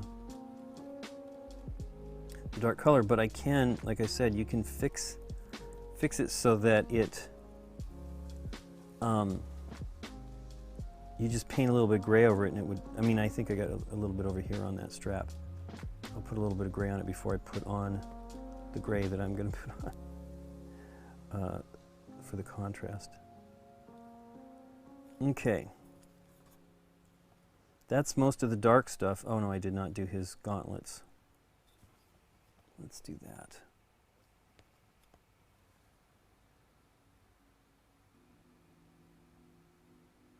But painting with others was fun. I mean, I have not, Scott and I were doing it and that was fun. Because he was cranking. He was working faster than me and he hadn't painted for, he painted with me, so I was saying we did that Space Hulk, but we painted the Gene Stealers together. He was Scott, me, and Dirk, and we painted all of them pretty quickly and sort of loosely, but they look great. And I have never painted any of my Gene Stealers I actually have 2 copies of Space Hulk. I have the 2009 one and like a 2014 one or something like that. I think it only added tiles, some tiles or something like that. But I thought, oh, I want to get a second one, because what had happened was I had friends, my friends Annie and Sebastian in Germany had been looking for a reasonably priced one of Space Hulk. And you know, he's been painting for just forever, and he's really good. And but they wanted to do that, so I just brought him a copy that I had, and I think that I do tend to buy games for others in case people want them, because I don't sell them. I probably should. When they came and visited us, 4 years ago, he was trying to convince me to sell some of this stuff. He's like, "You're never going to paint it all. You should sell it and get some money on eBay for it and buy what you want." But I mean, I don't really want to buy any other stuff, so.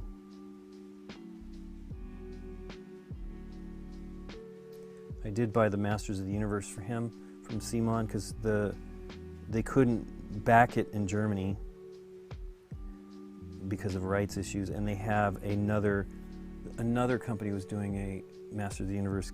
I don't know if it was kickstarted, but it might have been through Awaken Realms Game Found. I don't know, but he said it wasn't as good a game, so I ordered it for him.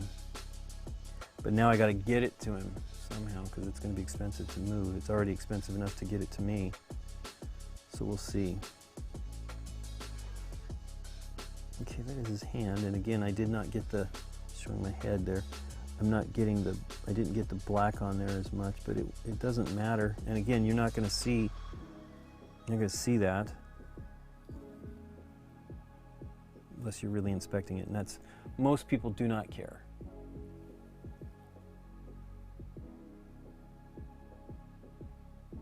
Our friend Brian has been painting his with his daughter, and she's doing a pretty good job for an 8-year-old. I would like to go paint with them. That would be fun. They don't live that far away, but it's far enough that it would have to be a weekend probably. And you know, they're going to do other things on the weekends. Okay. So there's all the dark stuff on that. Now I'm going to paint these straps. So I will try to do a little bit of contrast, gray. I have some of the monument stuff here. This is probably too dark, too light. But I will paint it on here, and you would probably never even notice once you saw the completed paint. That's too light. Although again, you probably wouldn't notice. It doesn't have to be that. It doesn't have to match that well, but it is a little too light in my opinion.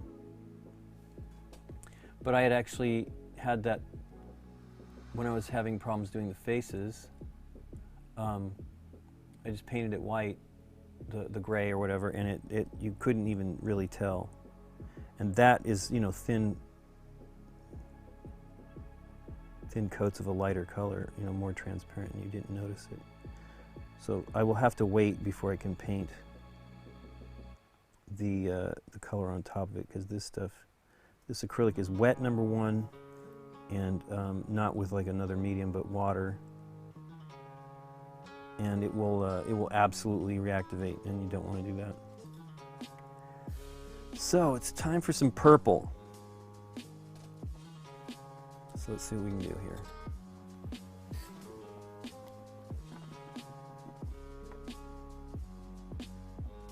In the intro, near and far scenario. I've never played any of those, Michael.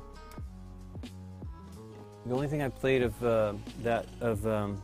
played actually a few games, but not of those. I played Deep Vents, and I played Sleeping Gods a bunch of times, which I really like.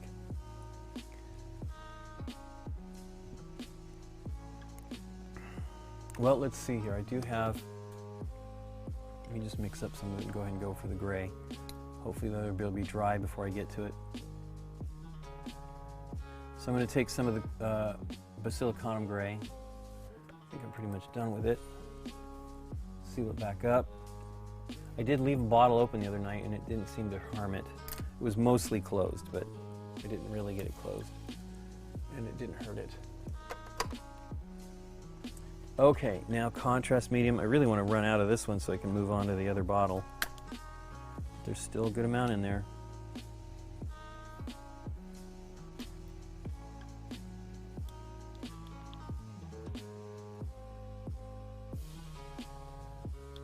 I use the ends of the brushes to add paint. I feel when I use the brush end, I end up getting too much paint in the brush and it ruins the brushes quickly. So let's see how this is here. Now this is dark, so it's not going to probably be that visible. But I want it to be slightly a different tone than the body. It's too light. It's not going to be, you're not going to see it, but maybe here.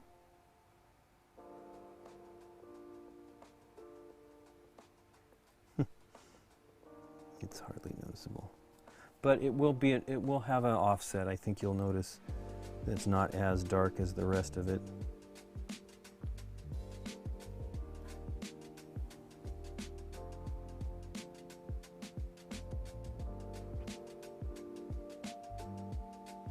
So Black Panther was this kind of a thing here. It's not quite light enough for that, so let me see if I can do that. I painted it so that these lines, I went back over it with the very thinned out Basilicanum Gray. So this is, I believe he's painted in Basilicanum Gray, so this was the fresh bottle of it. And then I painted the stripe, the lines with the lighter one, and it looks pretty good. It does kind of have a metallic-y kind of thing to it. I think that one's also varnished. It is. So one of the things you could do, I could even go back to it, is you can paint one side of this to give it more dimensional stuff going on here. You have to choose a side and do all of the stuff that way, and it's not easy. But it will make it stronger, like what was the one that I did that? Oh, Electra. Do I have that over here? Electro. Character. Here we go. So this is one that I actually underpainted like dark and light to give it like this shading. It's a little extreme, but it looks cool. So you can see it's like darker on these edges. Sun's theoretically kind of coming, light's coming from this direction. But he's cool. I used some of this is all this Ironed yellow, which is really orange, right? But when you thin it out, it comes out as more of a yellow. It's okay. Again, I want a real yellow, I want a better orange, and I want another red. So I will fiddle with the new GW ones, and they actually just released them, so I should go check it out. They have watched a bunch of videos a little while back about like some of the stuff, the event stuff that they did, because they went to the UK to actually do a weekend with all that stuff, to see it all. I don't know if it was a weekend, but that would be fun. I would like to talk to the people that are in the paint department and find out about it, because it's cool. So I'm doing that where it's to kind of make it look a little metallic. I might do some shading to give it a non-metallic metals.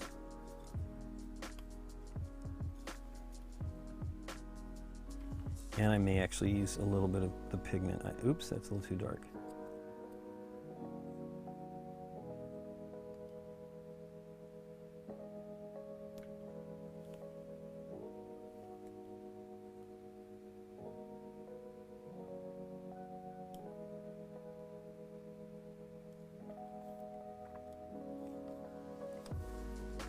So it's so dark underneath, I don't even know that I need to put any kind of paint on it.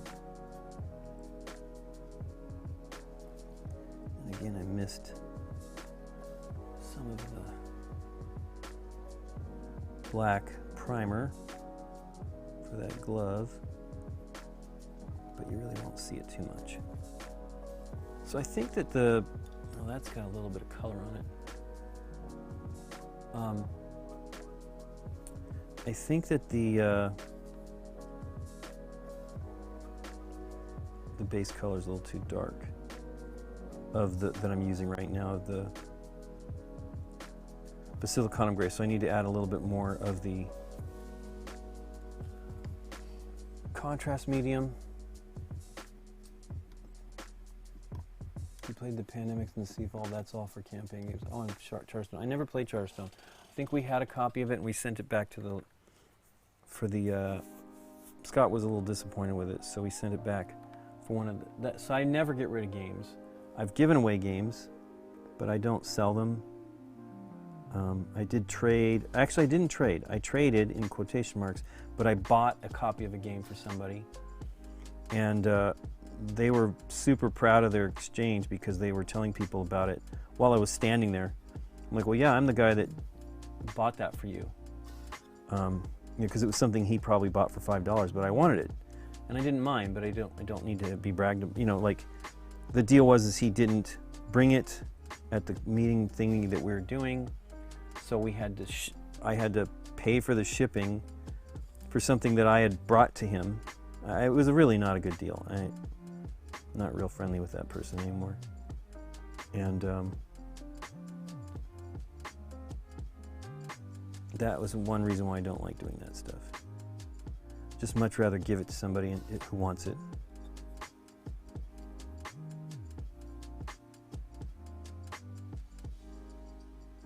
But it was funny that he was literally talking about that exchange. And I'm right there. Like, yeah, I'm the guy.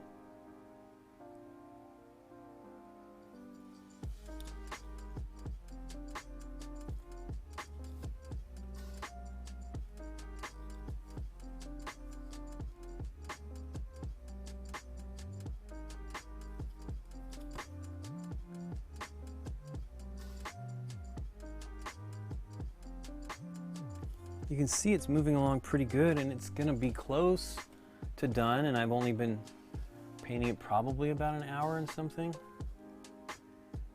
Been yammering and showing you other things, so. Don't think I painted his glove very well there. It needs to be darker. Missed it.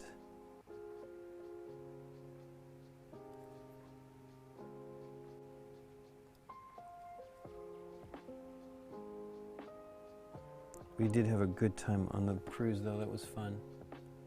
And Nikki went on a lot of excursions. I went on one to the Mayan pyramids. That was awesome.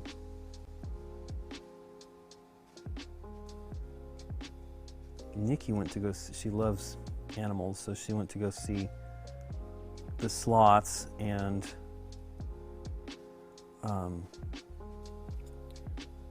monkeys and parrots. And then did a inner tube cave thing. I hung out with Scott. That was fun. Although we both slept in late, so that they're long gone. One of the days, I think, maybe the inner tubing one, they started at like 7 o'clock in the morning, so we were much behind on that one. And so we didn't really get to play that many games while they were gone.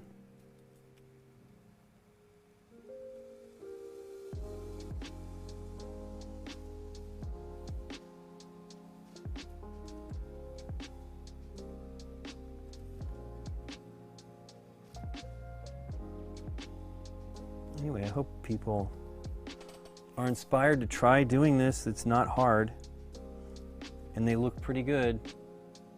You can do things like inking that will cover up some of your mistakes even more. I generally don't do that with these because it's almost already, I mean, the process is kind of like inking. That arrowhead is very, the whole thing's kind of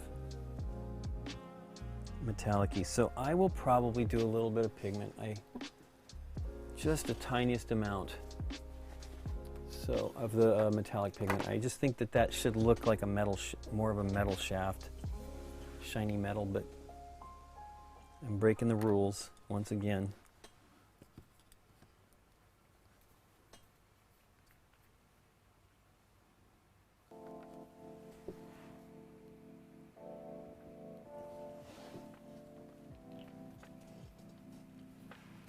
Michael, if I can do it, anyone can. Well, he's better than he's letting on. But it is easy. You really should.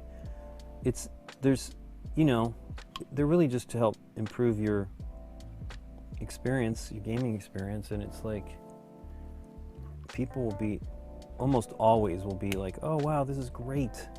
I brought we had been painting him. I've been working on him so much. I brought stuff to our first gaming at somebody's house thing in years. In May, I guess. Yeah, it was in May. And everybody was like, "Oh my gosh, these look great." And I hadn't really looked at them that much either. I hadn't had them out. See, this is where metallics are weird. I don't know. But I'm using the metallic pigment, medium, and then I will probably put a little bit of a very washed out bit of the basilicon gray over it, maybe, to give it some shading. I mean, this is thinned out a lot, and it's still a lot of metallic pigment, so I don't know.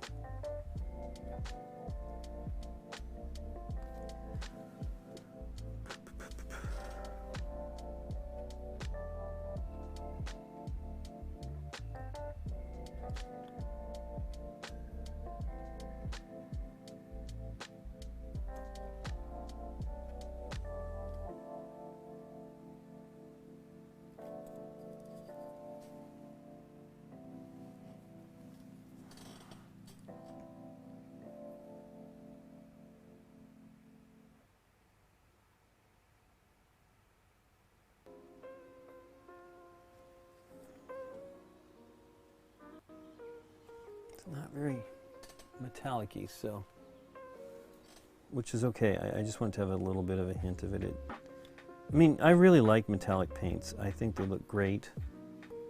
It's not, it's not in the contrast range. They don't have metallics. So I was trying to like stick to that as much as I could, and I'm giving up. No, it's not entirely true.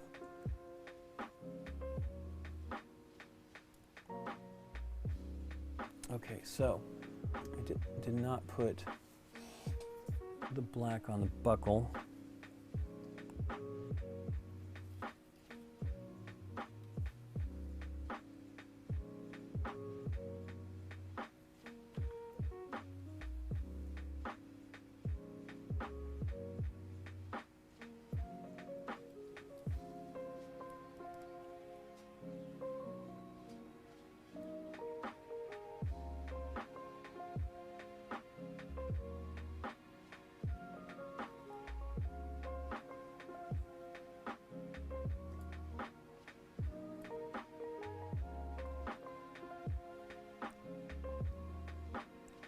Okay, let's see here. A little bit of shading on this, maybe, to make it look a little bit less solid, bit of metallic.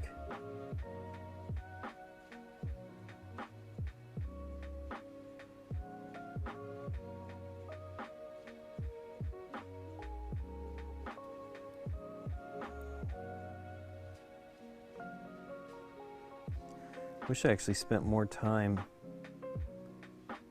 painting during the 2020, just because I wasn't quite as busy as I am now, although we got busy because we started streaming.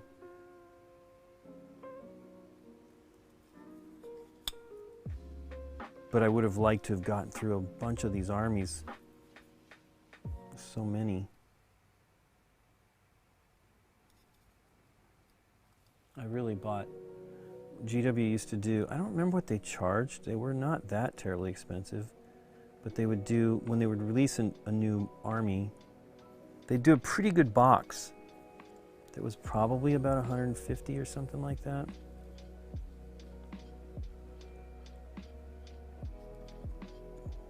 but I have all of those. I mean, I have a Dark Elf army, one of my favorite miniature sculptors, designers was Chris Fitzpatrick, and he did a lot of that army. It was great. I guess it wasn't a fun army to play, but that I don't really care about too much. Though I like playing. I actually have been appreciating playing more of the skirmish stuff from GW, because it's just not as much minis. I've been painting some. I showed you one earlier of the Warhammer Underworld stuff, and I really like that stuff a lot. I did slow down on, because I was buying everything. I bought every one of them as they came out. Okay, purple. Let's see. I don't know if I have a great purple. I'm not a big fan of any of these. I could try this Shyish purple, because I have it's really a magenta. I mean, I again think they do have a new purple that's pretty great. I would like to have it on this, but it is not going to be, because I will not wait. This might not, I think I use this as Thanos' skin, so it's not really a great purple.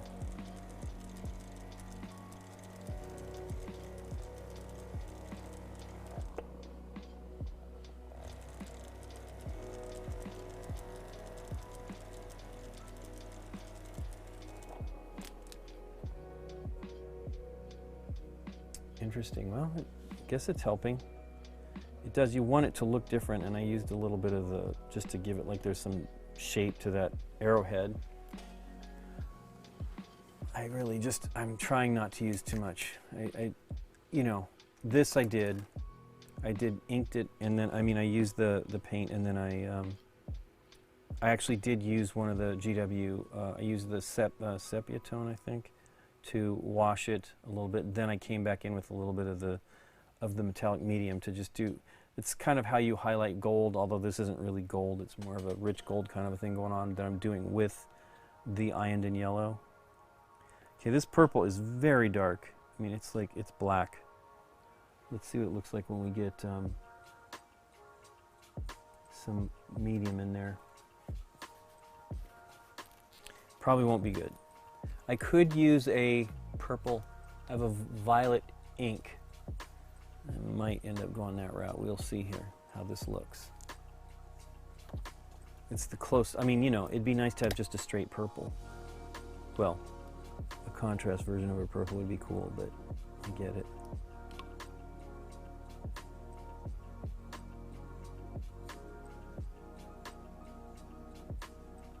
It's got a purplish to it when you add the contrast medium.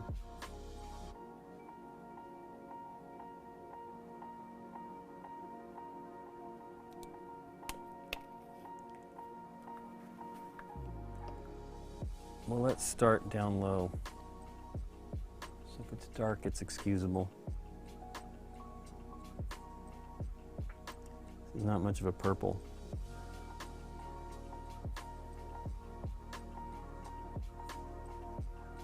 Yeah.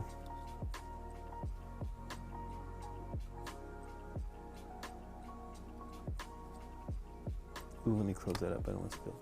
Even though it's in the thing, I won't be adding more color to that.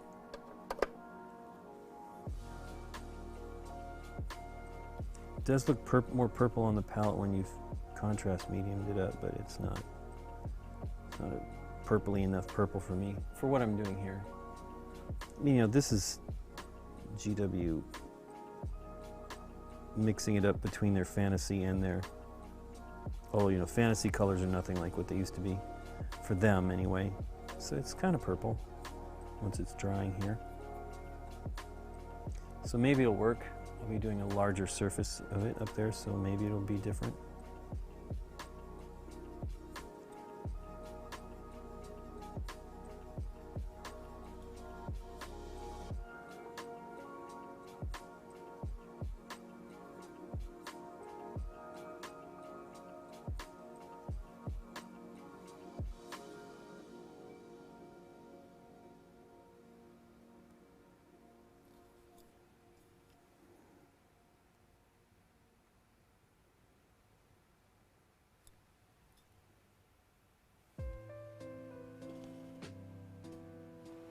buttons to my cap and Red Skull on Red Skull, and it looks great. Neat. Buttons to your cap and Red Skull. Okay, I should look at that.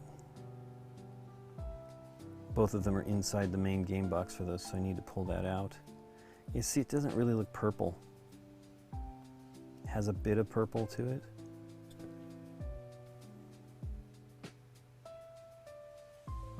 Do I have a transparent purple? I don't think so. There may be one, but every time I've ordered it, the stuff has been sold out. Transparent brown. Hey, transparent purple. Let's see what that one looks like. Kind of blue.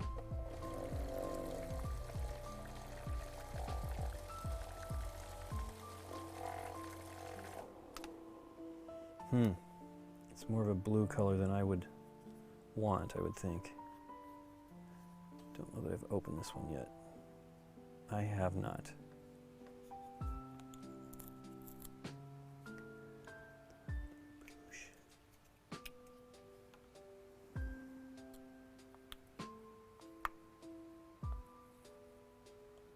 It's pretty purple though.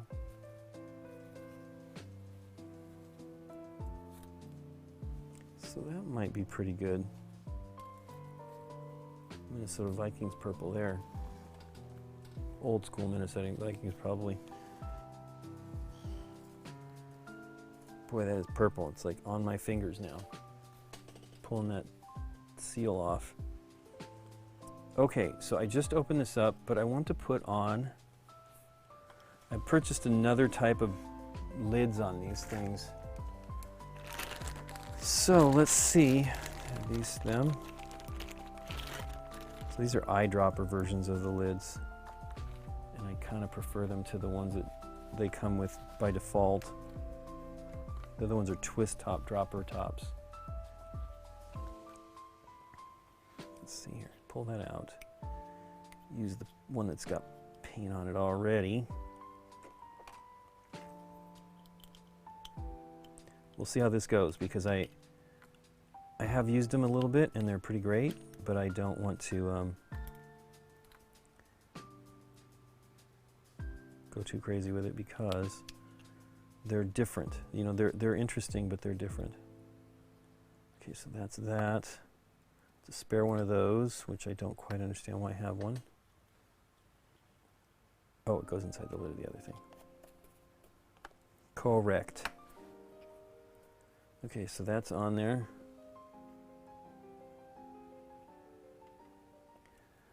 And I'm going to thin this as well with contrast medium and see how it does for me. Hey, Joe King. The metallic, yeah, it makes sense. I will probably put a little bit on his belt buckle there. I don't remember what I did on, it's been a little while since I've seen the Red Skull. I should look at it and pull it out. I keep wanting to see it, but I just haven't yanked it out of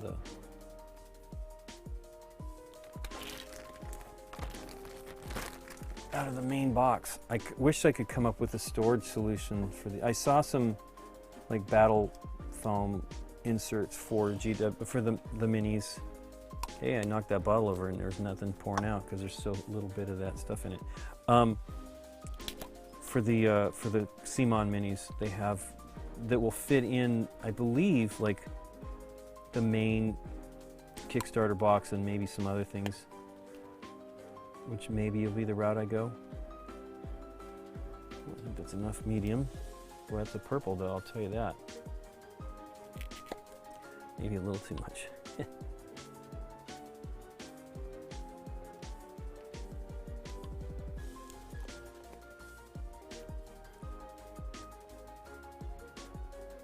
Wow, that's purple though.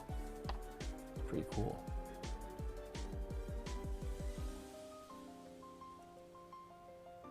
But yeah, this is not going to be quite the same. It will work sort of on this, but it won't have any.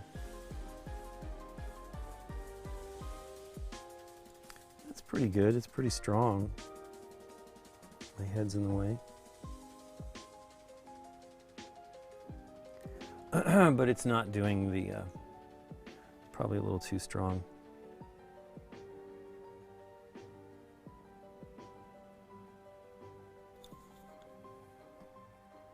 really reveal the, see, it's funny, it's a transparent, right? But it doesn't, well, maybe once it dries you'll see it on the, because there was a good amount of shading on his chest here, his belly.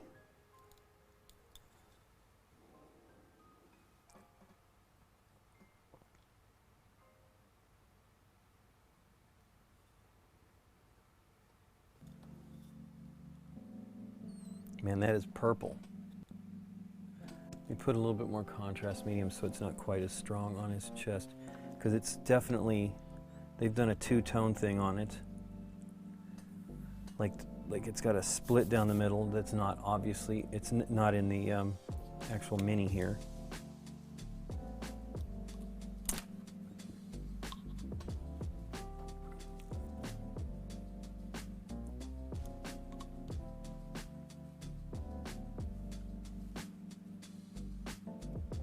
Boy, that pigment goes a long way on this though. I've put very little down and it is just extending forever with this contrast medium. Okay, let's give it a shot. Clean the brush actually because it's got...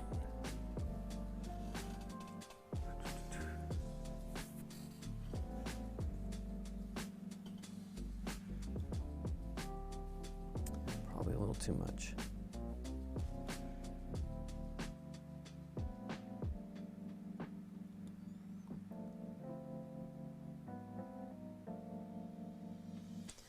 It's definitely splotchy like the contrast paints.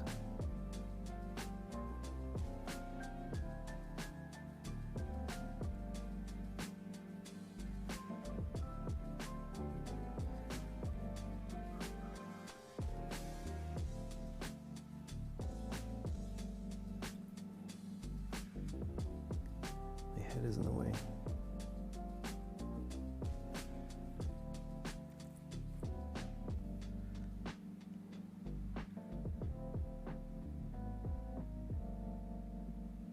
Woof. It's getting pigmenty. And that is thinned a lot with medium. Oh well, there's what it is. Let's paint some of these feathers. Again, this is thinned out quite a bit and it is still very strong. So he had some sort of color coding when he was doing this stuff, I think. When they were assembling arrows in Hawkeye show. But I will paint them all purple.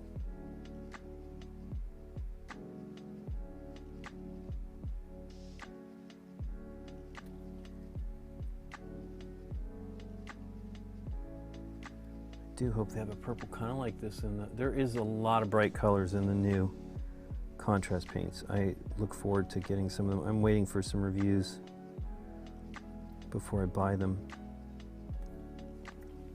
to see how they do.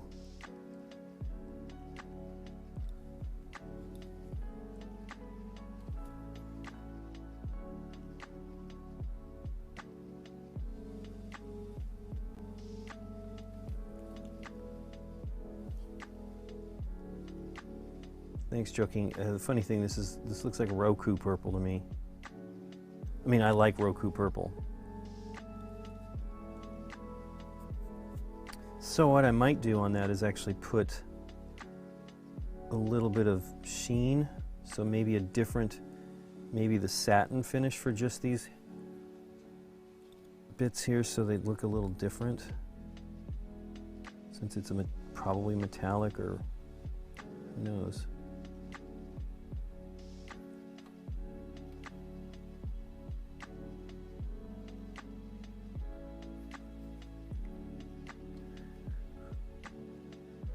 But I do feel you need to like be a little flexible, even though I'm trying to stick to my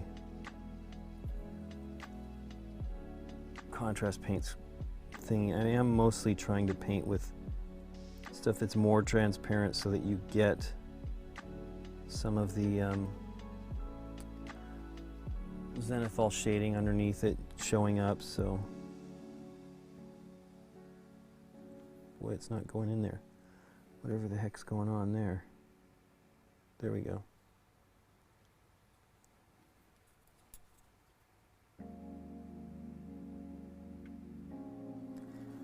But I do like the monument paints. Oh, hey, you know what I got to do? Hey, that looks pretty good there.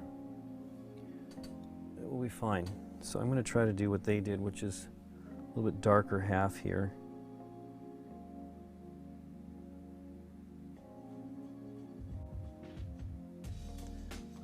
So just doing another layer.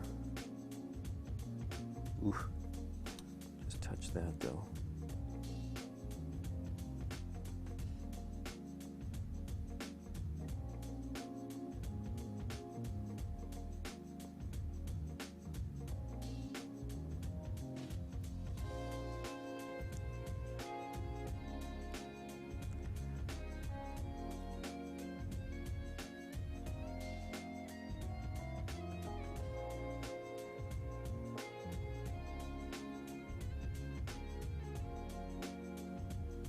My head is getting in the way. Plus, I think I need to get my eyes a little closer to the Mini here to see what's going on.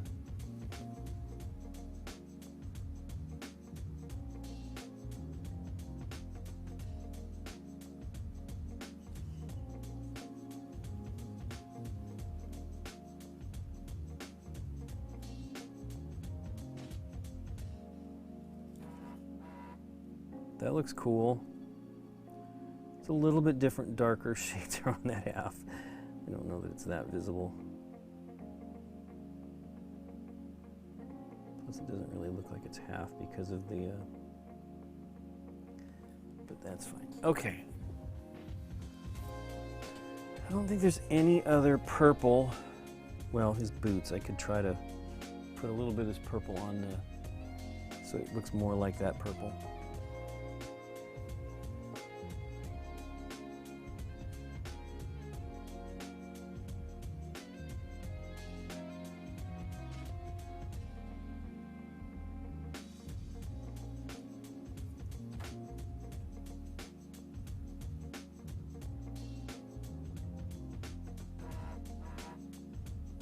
Goodness, what is going on here?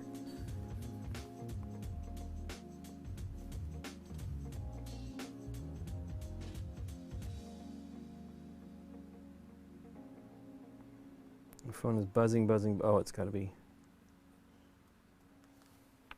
notifications from the security system.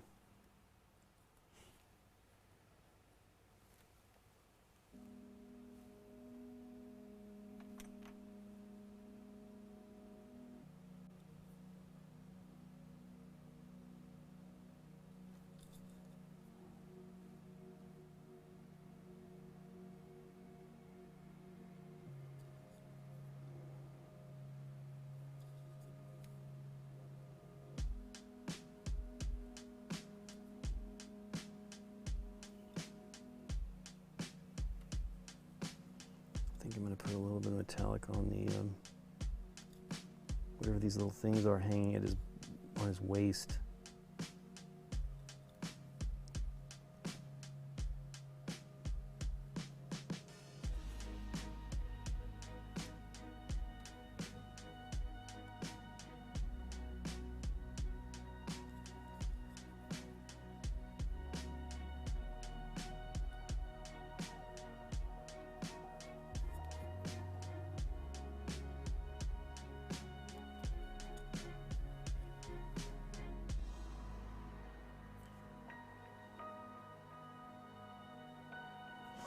Okay.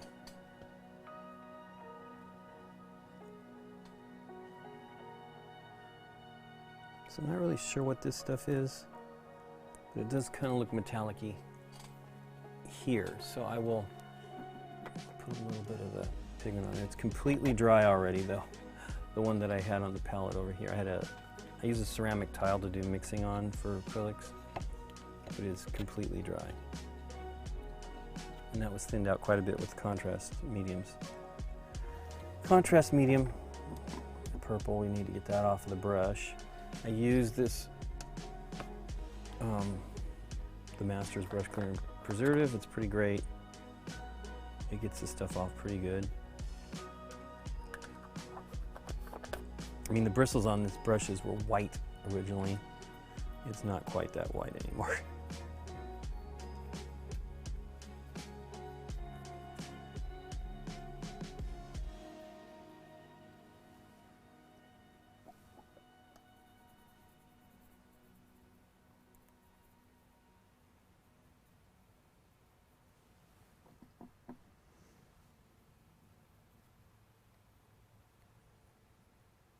So doing this kind of gets the paint, any of the dried paint around the ferrule out. Does a pretty good job. This brush has lasted a while. As I said, I've had this brush a long time, but I really started using it recently. Okay.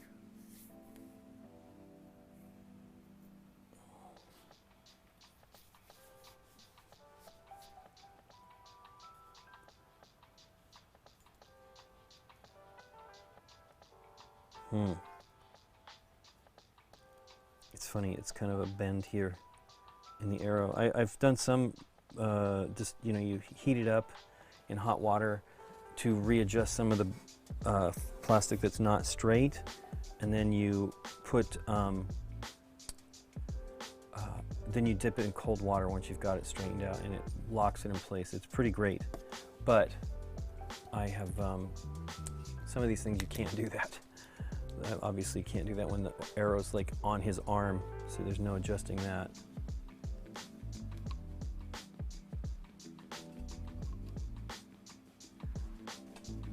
Small painted glass, that's a pretty good, well, I mean, that's what I do with the ceramic tiles. And I like having the white of the ceramic tile on it. It's been great. I have bunches of that. I use it a lot when I'm mixing because I want to see the colors. But I can't, it dries so quickly here that I can't, it won't work. I mean, if I'm using regular acrylics, I could probably get away with it because I can put this retarder into it and it will slow down the drying process a little bit. And see, it's more, leaves the paint more workable, but these contrast paints just won't do it. I mean, I'm sure you could probably use that stuff on it, but I would not want to. It seems like a bad idea. It will, oops, that's a lot of pigment. It will probably not do a good job on the contrast paints themselves, I would think, because, you know, I believe the way it's works is there's some stuff that's suspended, and if it changes the drying of that, it won't work properly, I would imagine.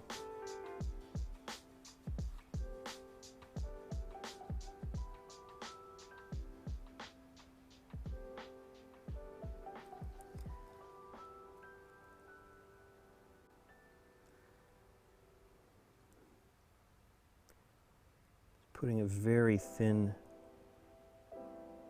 amount to give it just this little glimmer to look metallic.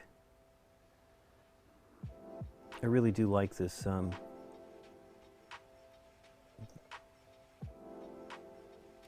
Vallejo metallic. It's very cool. Medium. Because it doesn't have any color. I've used it with many colors now, and it's been great. And it does, with the contrast medium, it just does a nice little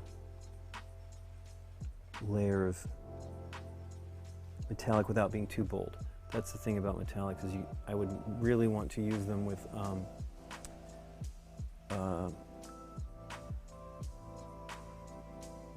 washes and stuff to lessen their impact. Let's see, I guess I'll do some on this.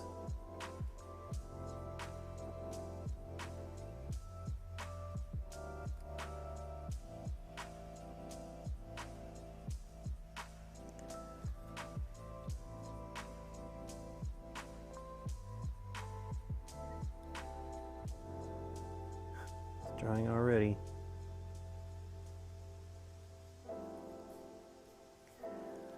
That is fine. So look at him, he's mostly done. I do have his glasses to do, which I have not attempted yet.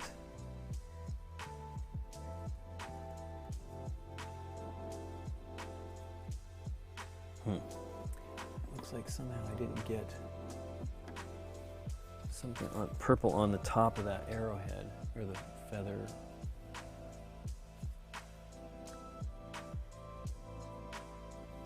On two of them, because it's on this one too. Bit of white. Wow, is it drying already? No.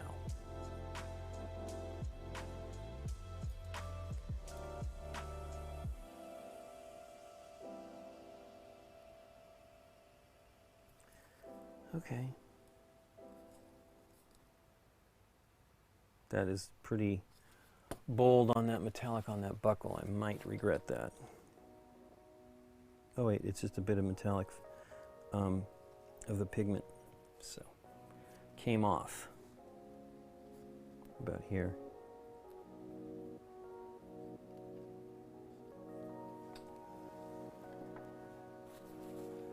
So I need to do the goggles, the frames. See how I can do with that.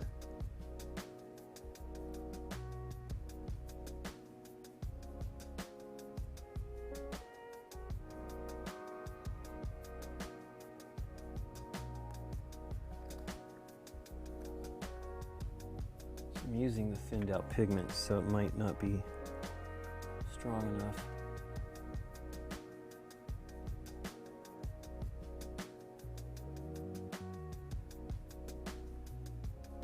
Plus it's been sitting for a little while. So it gets, water is thinning it out too. So it's not quite as dark as it should be. So let's get the real deal stuff out. Oh wait, I'm using that Gorgonzola soon.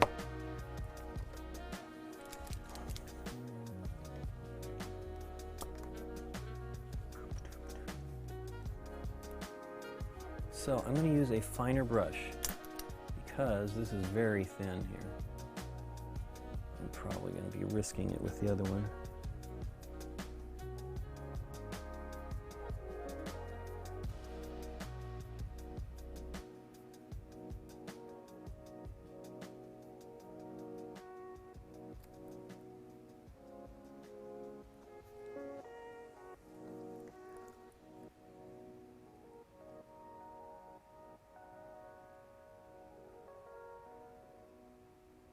I'm not sure you can share images maybe if we moderate it or something.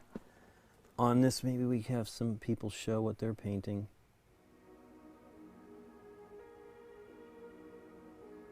You can also tag me on images on Twitter or something like that. Hecubus Twit on Twitter. I can share them next. We won't be streaming next week. We will be on our way to Indianapolis, but I will probably be streaming on the Tuesday after that, so the 9th.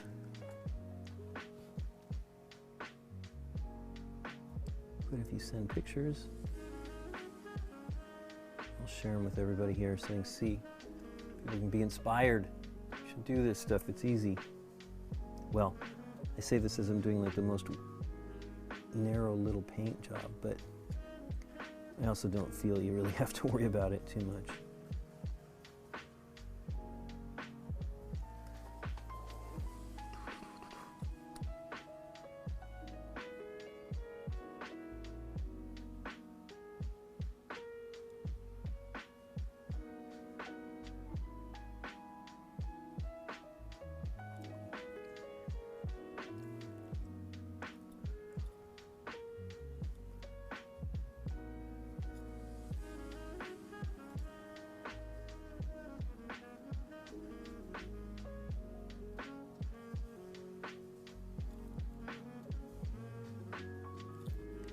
We have lots of guests coming through town when we return. We have Christoph is coming to visit. We haven't seen, well, guess I saw him last in 2020. Oh no, saw him in May at BG Spring. That was the first time we'd seen him in a long time. I did see him in 2020 at Nuremberg, but he was busy. It was funny. He's like, I wished I had known that we would not be seeing each other. But he's coming, and one of the other jury members is coming to go to Disneyland, I think. We may join them. I don't know. Summertime at Disneyland is rough. But then another lady who has streamed with us on our BGG Live page, Board Game Yogi, Alex Lawley, she's coming to town. She's not coming to Gen Con. She's going to visit family in Seattle. But she's stopping by a few days before we head out on our next trip after the Gen Con. And then Michael Ferrugia from Board Game Barbecue, he's coming with his fiance. They just got engaged in Hawaii, which is awesome. So I've never met Michael in real life. We've been on the podcast. Nikki and I were interviewed for, I think in 2021. So some of these people will hopefully be on the show, where everybody's here for a short time. But I think Michael is especially, because they're doing a little bit more sightseeing stuff. And so they're gonna, I mean, Alex is here for a day and a half or something like that. And then she's going up to Seattle. And then Christoph's here for a while, but then we will be going to where he lives in Germany. So we'll see him there. That looks pretty good on goggles. The frames. So now I'm going to do the hair. Oof, I didn't do it quite right there.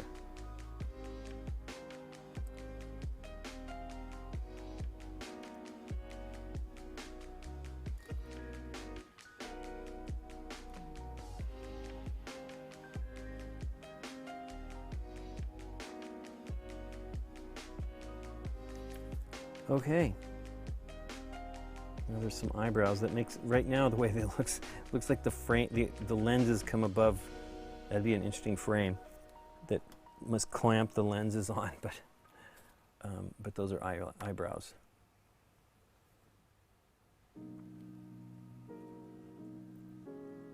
It's interesting. He has only one, like, upper teeth in the miniature on the Big Child Creatives.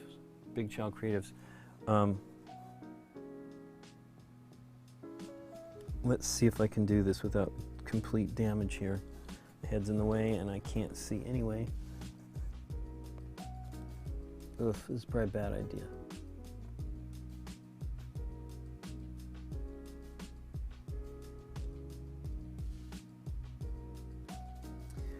Right on his lip.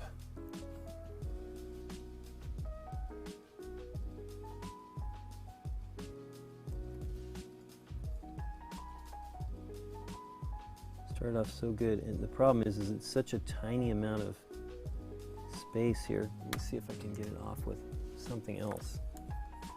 Get that wet. Keep a pipe cleaner around to clean stuff. You got to be delicate with this until it's, and I mean even then it's probably not great. When you be careful with the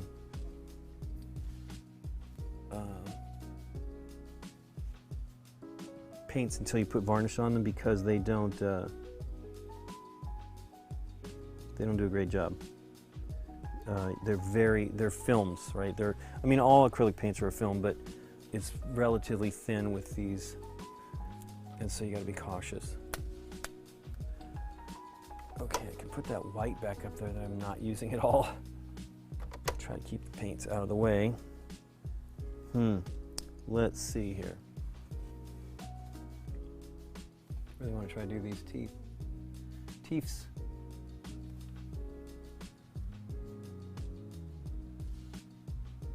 I mean, this is very few bristles on this brush. You'd think I'd be able to.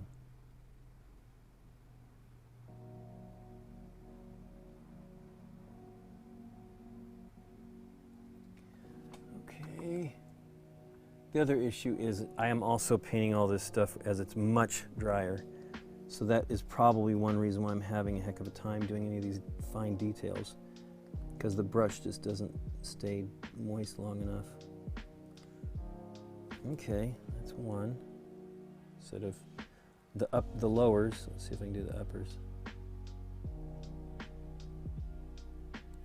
Ugh. What the heck? It's the same spot, so it must be like the way it pokes out. Ugh. He's got a tooth poking out. Let's see here what I can do. Boy, I keep pulling off the wrong end of this. I think that's a blade storage, which I got rid of.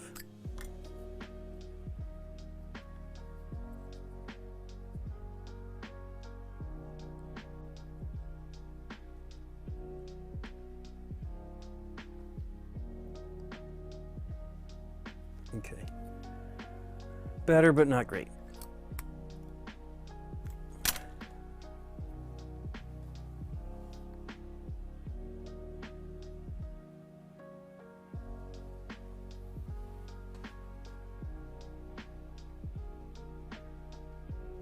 Man, Masked Engine, this is the varnish I use.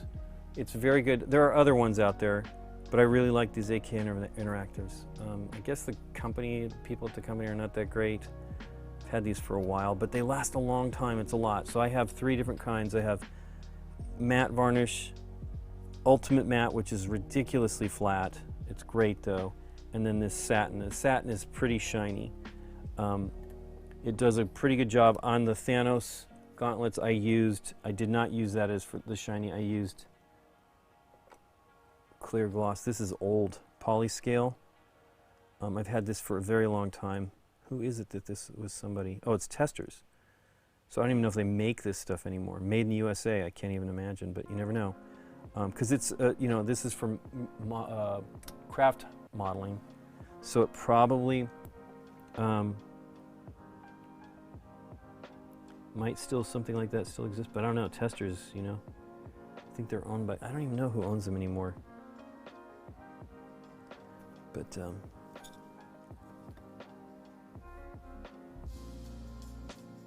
yeah, I bought those 20 years ago, and they were probably old then.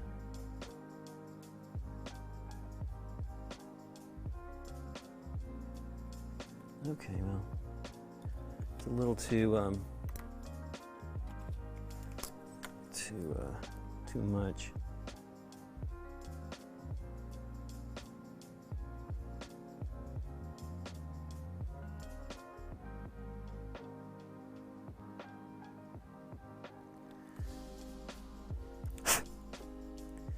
That's pretty good for the teeth. It's not great, but can't resist doing it. The one thing I would really like to be able to do is actually put a little line of split there with a shade or something, but I can't do it.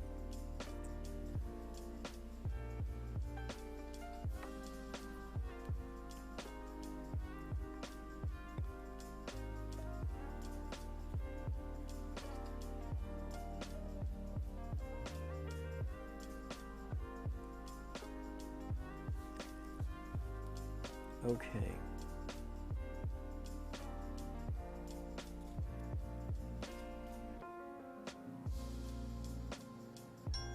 Oh, that's the call my mom message. I will have to call her in a bit. I was hoping to be done.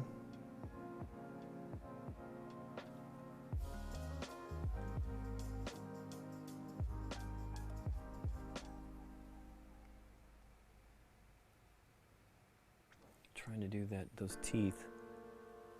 It's overthinking it. Really am overthinking it.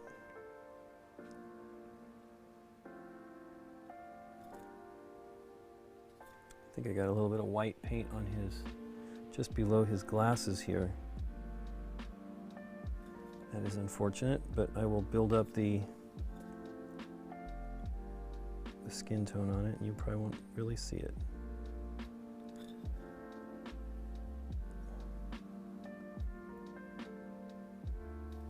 well, let me do the hair real fast and then I better stop for the evening. Okay, brown, mix it up. More contrast medium. I don't know if, I think this one is kind of a reddish brown. Doesn't look so good. Yeah, there it is. When you pull it out of the bottle, it looks a little. I'm gonna try to make it more blonde. Like from being in the sun type of blonde. With the contrast medium that is running out here.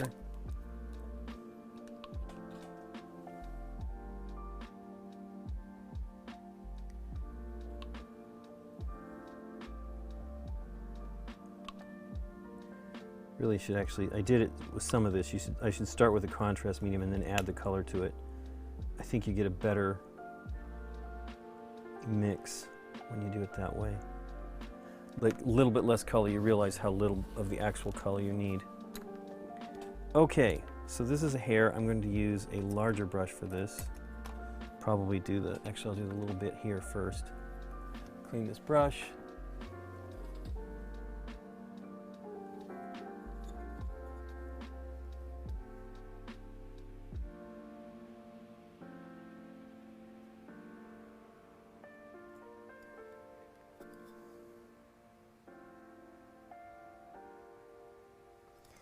See, I feel I get a better application when I have that little bit of brown line from the flesh tone up against the hair. I think it looks better, but really do what works for you.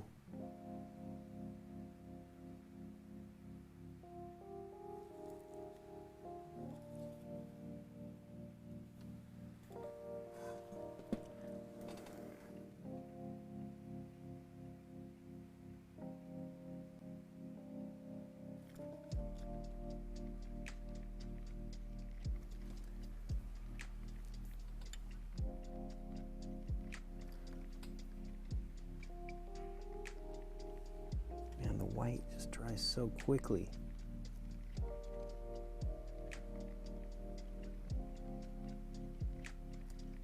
Should absolutely be doing it with the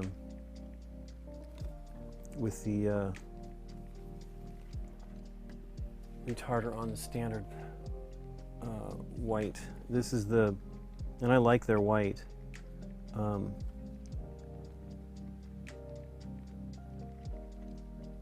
The Monument White. It's very good. Okay, I was going to use a bigger brush for this. Actually, you know what? I will use the one I was using earlier that's got at least more. I only plan on like one coat to do it. But you can see it's settling into the hair, so it'll have a pretty cool dimensional look to it.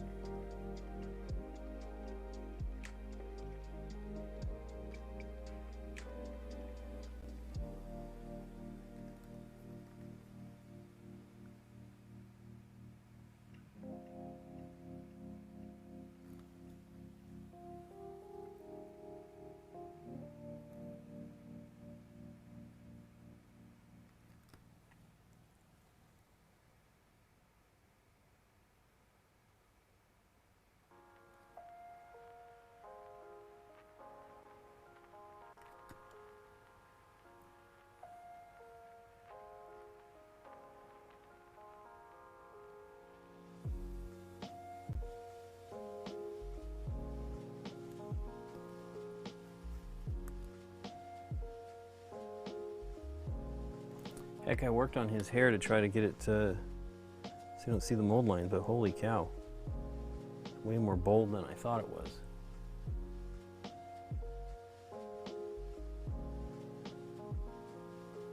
Pretty sure the head is one piece, so It's molded separately and then stuck in. It's interesting how well they do hiding the mold lines for most of the time. This is okay.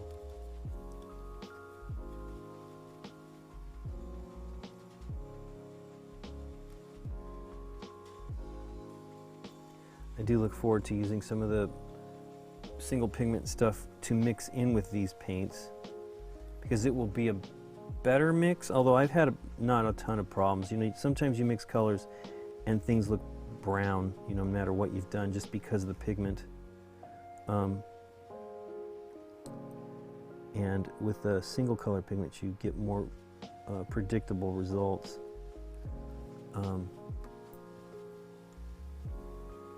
So I'd like to see what it does with some of these colors. Like, I would like to mix a single pigment yellow in with some of these browns.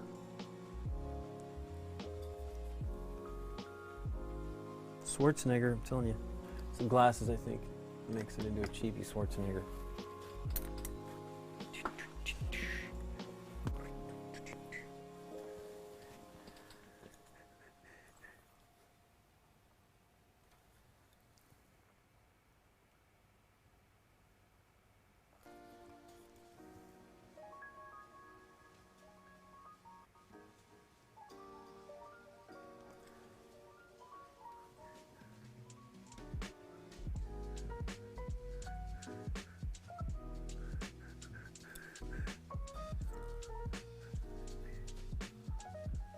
I need to try Opal's suggestion and see if I can prime this, at least the face with brown, see what it would do, because it may be better. Although he looks pretty good. He doesn't look so much like a little kid with 5 o'clock shadow, but it's a little bit like it.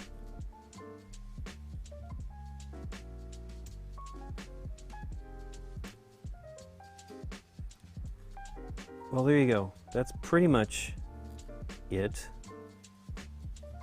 I will, don't know if I'll get it. I might work on it this weekend. I have some other things I need to do before we leave town. Let me switch cameras.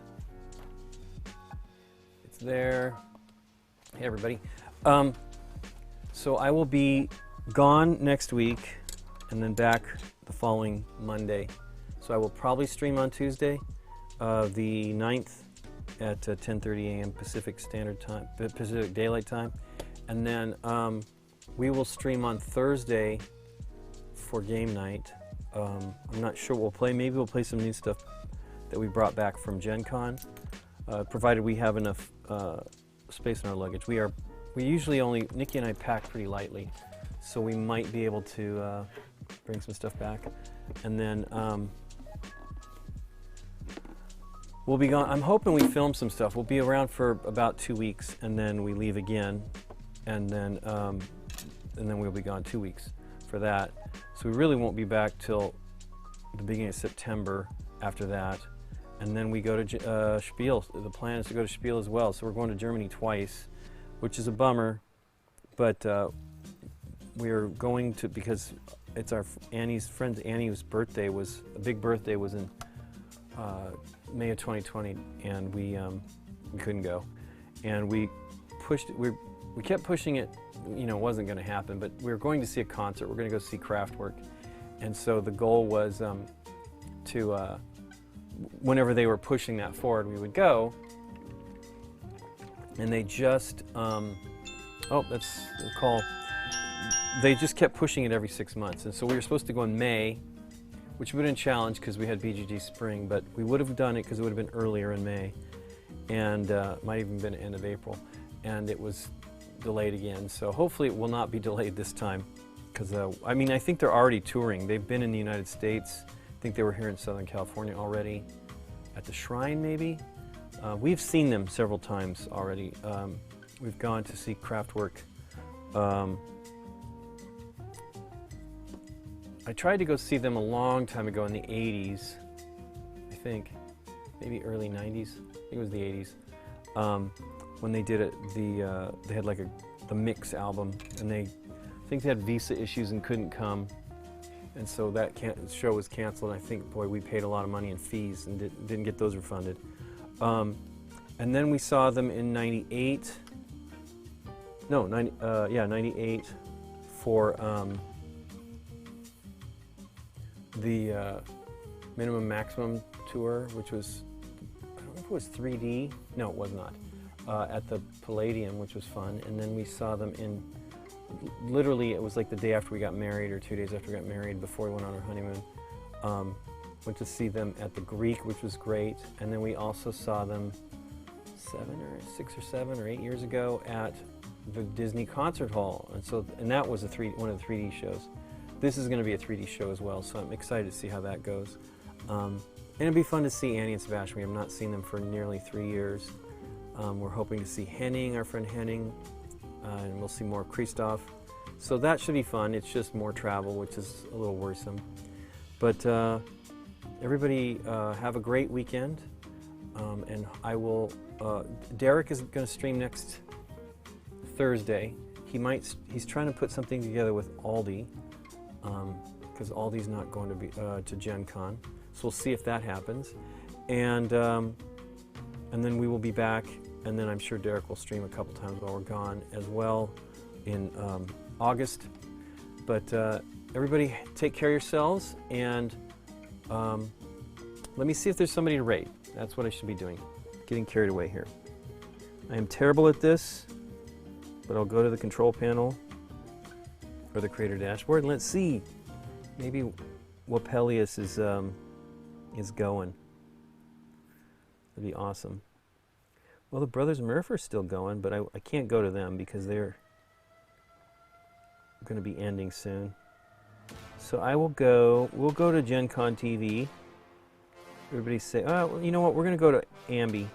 She's probably just getting started, or she's going to do a puzzle, but that'd be great. Ambi only has a couple people watching right now, so say hello to Ambi for me, and hopefully you'll join her. And everybody have a great weekend. Let's see here. Thank you so much, Joe King. We look forward to it. The sculpt for Hawkeye.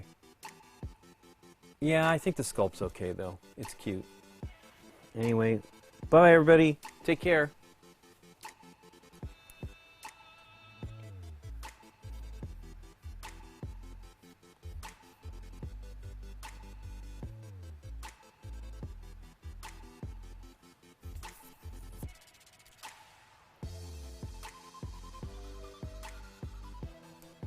There's the Ambi.